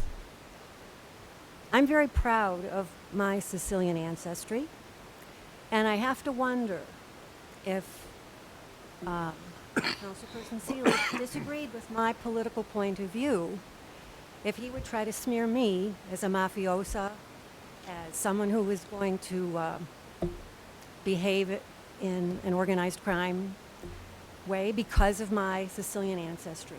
Because that's precisely what he did when he posted that meme that equated 9/11 terrorists with 4 elected members of Congress. And I agree with the other speakers who have said, if this council chooses to remain silent, you are complicit with that perspective.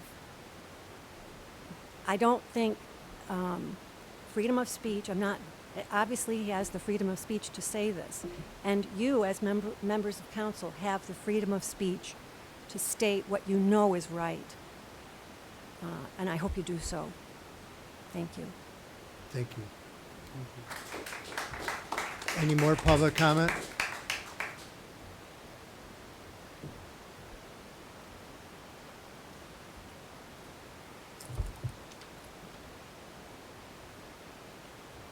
Council, my name's Stan Grameritz. I live at 5 Hawthorne.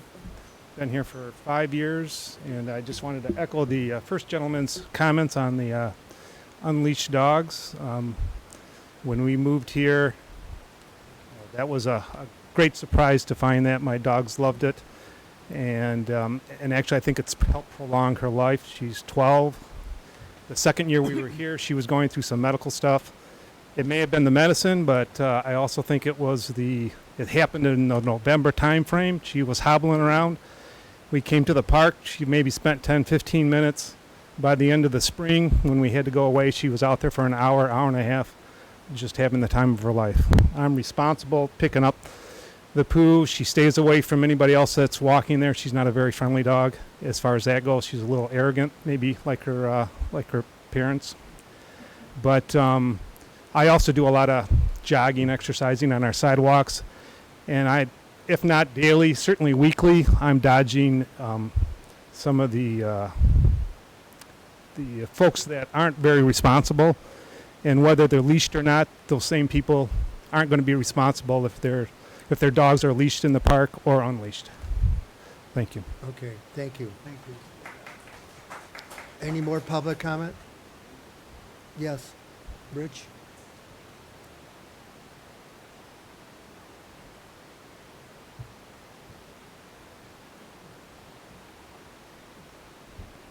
Good evening, Council. For the record, Richard Russell, 882 Lakeshore Road. Per the Mayor's request, this is my first monthly meeting on the update at Deeplands. We have begun construction, putting pipe in the ground. We started last Monday when we did the initial sanitary boring under Deeplands Road, which took about a day. 4 days later, the sanitary sewer was in place, and we are currently working on the storm sewer. I think tomorrow, Brett, we're doing the water taps. Yeah, we're doing the water taps on Deeplands. They're called a live tap. We felt, and actually Brett kind of wanted to do this, which was fine. It costs us a little bit more money. But instead of shutting down the water main on South Deeplands for a half a day or a day, we're doing what they call a live tap. So the water flow to the residents will not be interrupted. And it's similar to doing a water tap for one house where you just bore the water main and pull it out. There's a series of procedures that you follow. Anyway, we're doing, we'll do those 2 taps, get those done, and then the water main will be put in. So things are progressing nicely. The stormwater detention system will be delivered somewhere around at the end of the month. We'll start putting that big system in the ground. Other than that, we got our soil erosion permit from Wayne County. We had our first inspection. That was flying colors. And John, Mr. Schulte, I don't believe we've had any complaints about public property complaints at all? No, good. Okay, I didn't think so. At least I haven't got any phone calls, so things are good that way. Fortunately, we've had some pretty dry weather, and the ground over there is not really mud, so we're not going to get a lot of accumulated mud on the tires as they trundle up and down South Deeplands with the truck deliveries and the exits and entrances. Other than that, I think we're having good progress this year. Anybody else have any questions about the Deeplands project? I'd like to answer those if I can. Rich, have you accepted deposits yet from? Not yet. We're getting close. Okay. Our website's going to go live probably in the next couple of weeks. We'll be putting up a sign. Spoke with Tom about putting a sign up, just one sign for now, up on South Deeplands with our website and a little bit of advertising. And we'll be doing some other advertising in the print media. And hopefully we'll get started building homes in the spring. Okay, good. Thanks for coming, Rich. You're welcome, Mayor. Okay. Thank you very much. Thank you. Any more public comment?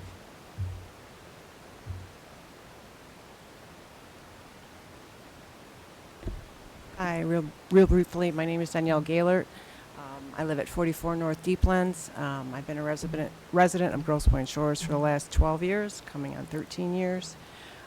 First, I want to say that I've been enlightened and enjoyed coming to the council meetings and then watching them on television, on live stream. I've been impressed with the dedication of the PSO, DPW, all the subcommittees, and the council. I'm a dentist, a wife, and a mother of 3. My children all go to Grosse Pointe North High School or have. Use the park. We've all swam there. My husband and I keep our boat there. Like I said, I'm a dentist, wife, and mother. And I look forward to being able to collaborate with you all. I'm running for city council. And I look forward to the challenge and the opportunity. And thank you. Thank you. Thank you for coming.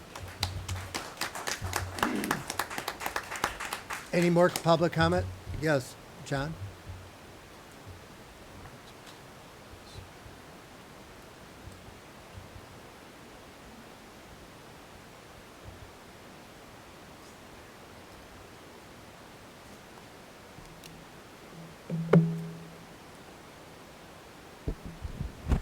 Good evening, Mayor, Council, and fellow residents.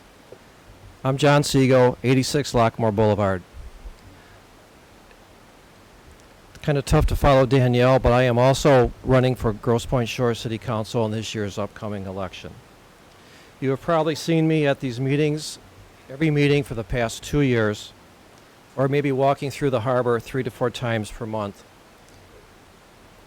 I would like to serve as a well-informed contributing council member for our fellow residents. Like Danielle, I am also a dentist, University of Michigan trained, undergraduate, also born in Ann Arbor. I am also I served in the military, age 17, enlisted as in the Air Force. I re-enlisted at age 24 in 1980 for the United States Army Reserves. I have 5 children, 8 grandchildren. We all live in the Points. My daughter Christina Jamet, shout out about her in the tot lot. She lives a few streets from me. So I encourage you, and hopefully you can save a vote for me and also talk to your fellow neighbors. Just a short little to-do, not about the election. John 8. Jesus went into the Mount of Olives, and early in the morning he came again into the temple, and all the people came unto him, and he sat down and taught them. And the scribes and Pharisees brought unto him a woman taken in adultery. And when they had set her in the midst, they said to him, Master, this woman was taken in adultery in the very act. Now Moses in the law commanded us that such should she be stoned. But what sayest thou? This they said, tempting him, that they might have to accuse him. But Jesus stooped down and with his finger wrote in the ground as he heard them not. So when they continued asking him, he lifted up himself and he said unto them, He that is without sin among you, let him cast the first stone at her. Please think about that. Thank you. All right, thank you for your comments. Any more comments? Yes. Hi, my name is Tina Seeley. You I pull just- it down. I know, I'm challenged a little. Hi, my name is Tina Seeley. I just want to say thank you to all of you for stepping up to do your jobs, because I see how many hours my husband spends and how many trips we cannot take because he's working so hard all the time, balancing a full-time career and this job. So thank you for all your hours. And I think that he's bridged some gaps that needed to be bridged for our city. And truly, for our city to work together, for everybody to work together, we have to work together as a team. That's how things get done. So I'm glad we have new people coming, which is great, and I'm sad to see the old people go. And I think that even as a community, if we work with the positive and not the negative, I think that we can get so much more done than sitting there and fighting about things that everybody's going to have their own opinions. If it's, I'm not going to change the way anybody feels about how they feel about religion, about politics. That's a personal preference. Yes, I think that we should all be respectful. And I think that when we come to these rooms, we should especially be respectful of people. So with that, I want to say thank you. Thank you for coming tonight, and look forward to coming again. Thanks. All right, thank you. Any other comments?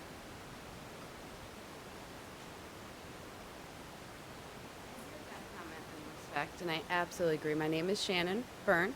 I live at 63 Clover. I wasn't going to speak because I know there were lots of people from the shores who already did, and I'll be brief. I hear that on respect, but I don't see the respect. So I agree we should all work together, and I agree we should be respectful. But when we have racist comments coming from our leaders, when we have our leaders calling people CUNT, then the rest of the council has to decide, are you okay with that? Does that represent you, Mayor? Does that represent you, council? And is that respectful? Totally agree. Let's work for respectful dialogue. Let's not do things like this. Right? That doesn't look respectful.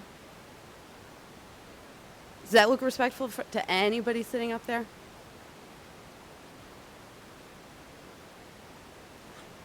Does that look respectful? So I don't see respect. I'm happy to return respect, but this council has to decide whether using that kind of language and being racist in memes and posts is what you want representing your council and what we want representing our wider Grosse Pointe community. Thank you for your comments. Any other comments? Okay, council comments, Bob? All right, I have read newspapers about the comments made. I've also read over 45 comments, West office upstairs that you see. I agree, we probably need to have something that we could do to help it. Charter does not allow us to do this. I do believe though that Councilman Ralph should make some kind of apology somehow. I personally don't use Facebook. All my emails to upstairs. That's why I still have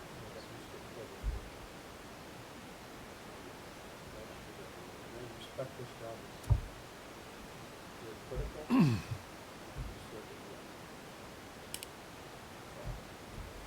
All right, thanks, Bob. Matt? Thank you. Thank you, everyone, for coming tonight, and thank you for your comments. It's nice to see that people have conviction and they come out and that they are willing to speak openly about their conviction. Bill Clinton once said, "It's not our political ideology that identifies who we are. It's the vitality of our debate." And I really believe that that's what we're about. I wanted to say thank you to Tina for her incredible service to the city. One of the highlights of the last 2 years for me of being on this council, because it's a lot of stress and it's been a lot of work, is to sit next to her every meeting and to get to know her and actually become friends with her. Tina is just one of the most transparent people I've ever met in my life. And I love how she tells it like it is, and she backs it up with action. And I'm really gonna miss you. Sorry not running again. But thank you for everything you do. And then Bob Gazelle, I just wanted to thank you for your service. You are the steady hand at the helm here, and the many, many years that you've been here, guiding us all and helping the city negotiate some pretty torrid seas as far as our financial condition is concerned, has been a benefit to every resident here. So thank you for your service. That's all I have. Okay, so, as my daughter said when I read this to her before, she was, well, that's kind of a State of the Union address. And so tonight it's going to be. First, I would like to thank the residents of Grosse Pointe Shores for allowing me the opportunity to serve on the City Council for the past 4 years. When I was first elected, Mayor Kozierski asked new Councilman Kuzak and me to create a survey to send to all residents identifying areas of concerns and interest.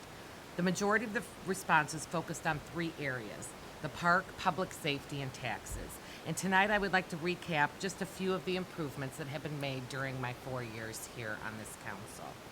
In regard to the park, residents wanted more organized programs, new tennis courts, increased admittance security, get that out there, and a safe harbor.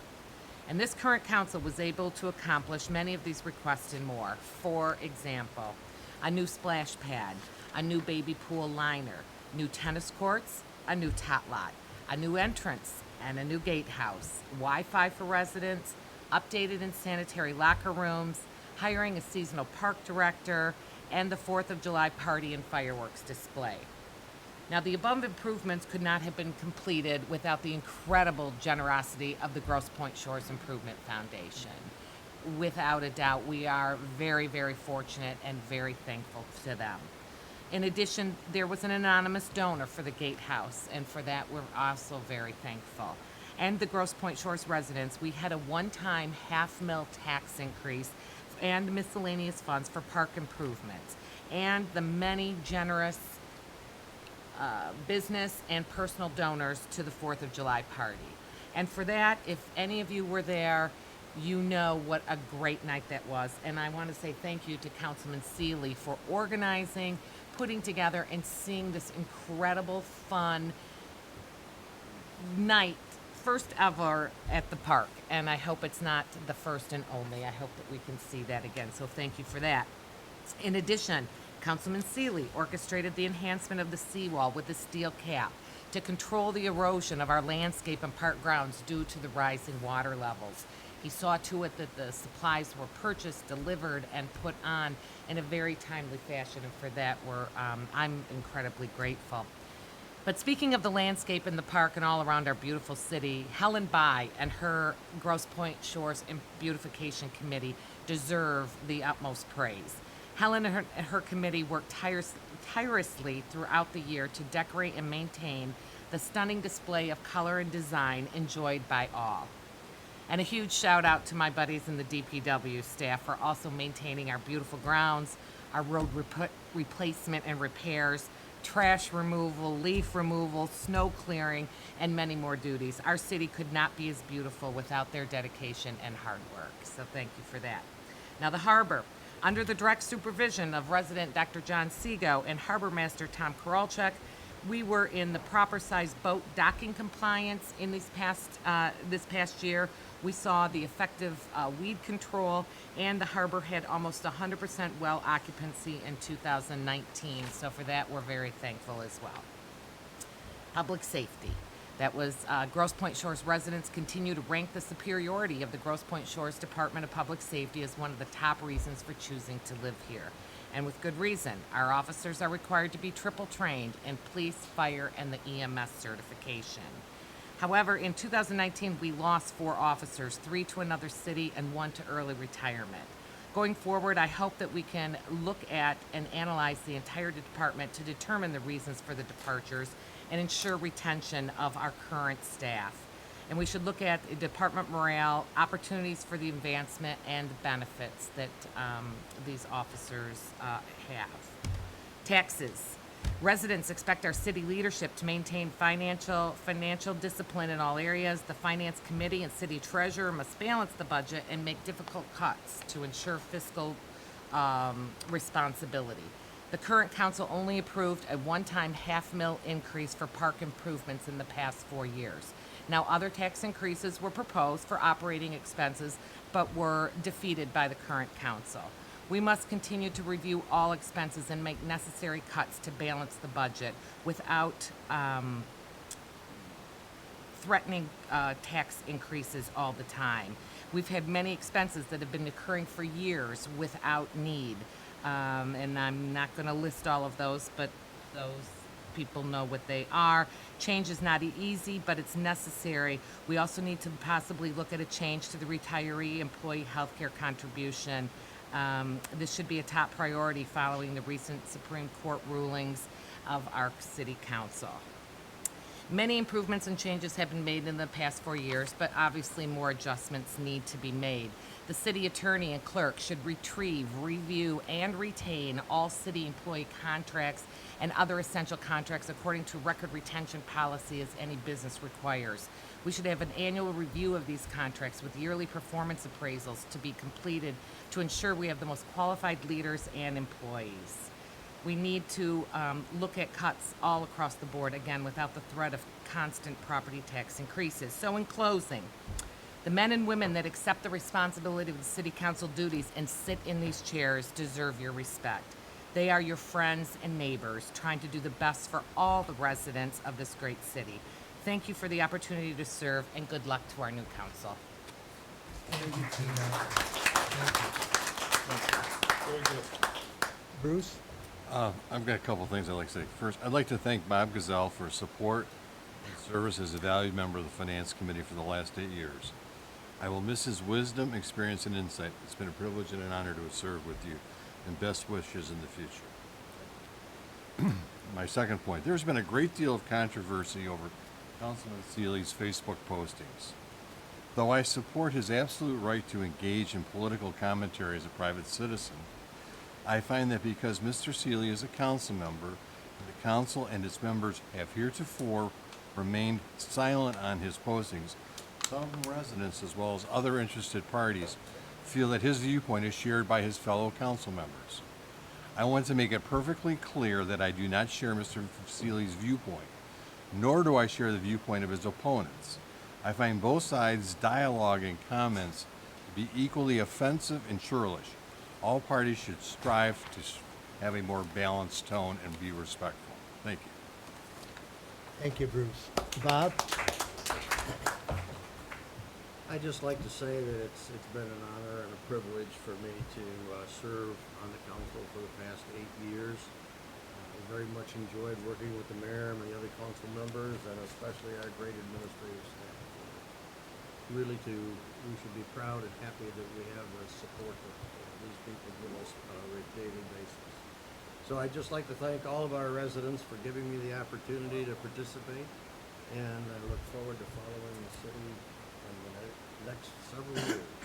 Thank you very much. Bob? Yeah, thank you both to Tina and Bob.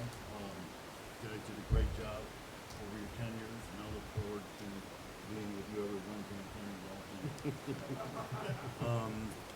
The other thing is, going back to kind of piggyback off of what Bruce said. It seems like there's some people that think the silence of the council automatically, you know, means you're guilty of supporting it. I don't support that, your ideas or anything, Matt.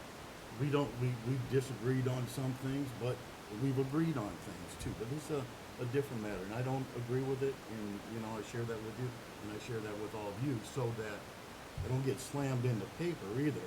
Not personally, but the paper saying, oh, the city council isn't saying nothing, so that must mean something there too. So, and the last thing, I'm running for city council too. So, I hope to be coming back, so I appreciate the vote. Thank you, that's all. Thank you, Doug. Tomorrow is one of our biggest events at the park. I mean, the Boo Fest is truly a joy. I look forward to it. I mean, I don't know how many people we have. I think we have 500 or 600 pumpkins. We get them delivered by the pound, not by the pumpkin itself. But it's just wonderful to see the parents with their children, grandparents with their grandchildren. And I welcome everyone to come and enjoy that event. We're starting something new. We talked about it last year. We're going to have, on Veterans Day, we're going to have a reception for our veterans. Vito, I expect you there. But people that have served in the armed forces. And at 11 o'clock here in the hallway, and we're going to have, Rhonda's trying to get one of the brigadier generals from Selfridge Air Force Base. So we hope to have a nice speaker and a nice reception to honor the people that make sure that we have freedom. And so it's not just for Grosse Pointe Shores veterans. So if there's other nearby veterans, we welcome them too, particularly those that have served in World War II, because we're losing them by the year, people from the greatest generation. And so we need to meet with them, and we need to thank them for their prior service. We talked about the seawall, I think, ad nauseum. It's bad, and it's getting worse. We got to do something. We're going to probably try to put more pressure on Wayne County. We had a tennis tournament a couple weeks ago. It's kind of late, but the weather was favorable. And our new champ is Doug Zaid and Mike Cullen. I promise next year we're going to have different age brackets, because they played a little bit older people. Dr. Schroeder and L. Dib were facing them. And again, it was good to see very, very competitive tennis. Doug Zaid played at Michigan State 4 years varsity, and Dr. Schroeder says, let me see a Big Ten serve. Let me see a Big Ten serve. And he kept encouraging him to give me your heat. Give me the best that you got. And it was a joy to see that. I really welcome that. What am I going to say about Bob Gazelle and Tina? I think some years ago, I asked Bruce, what do you think of Bob? And he said, on a scale of 1 to 10, he's a 12.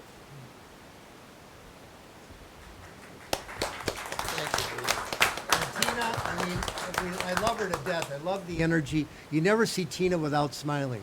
Bob, and the thing is, I knew Tina and Bob before I ran, but you get to know them much better. And so I like family.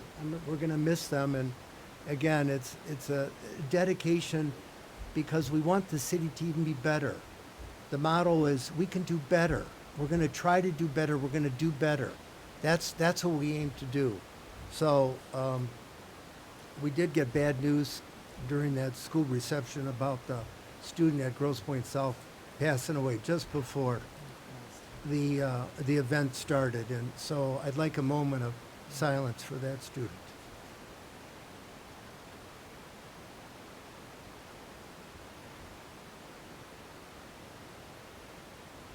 Thank you. Our next council meeting is November 19th. I need a motion to adjourn. All those in favor, say aye.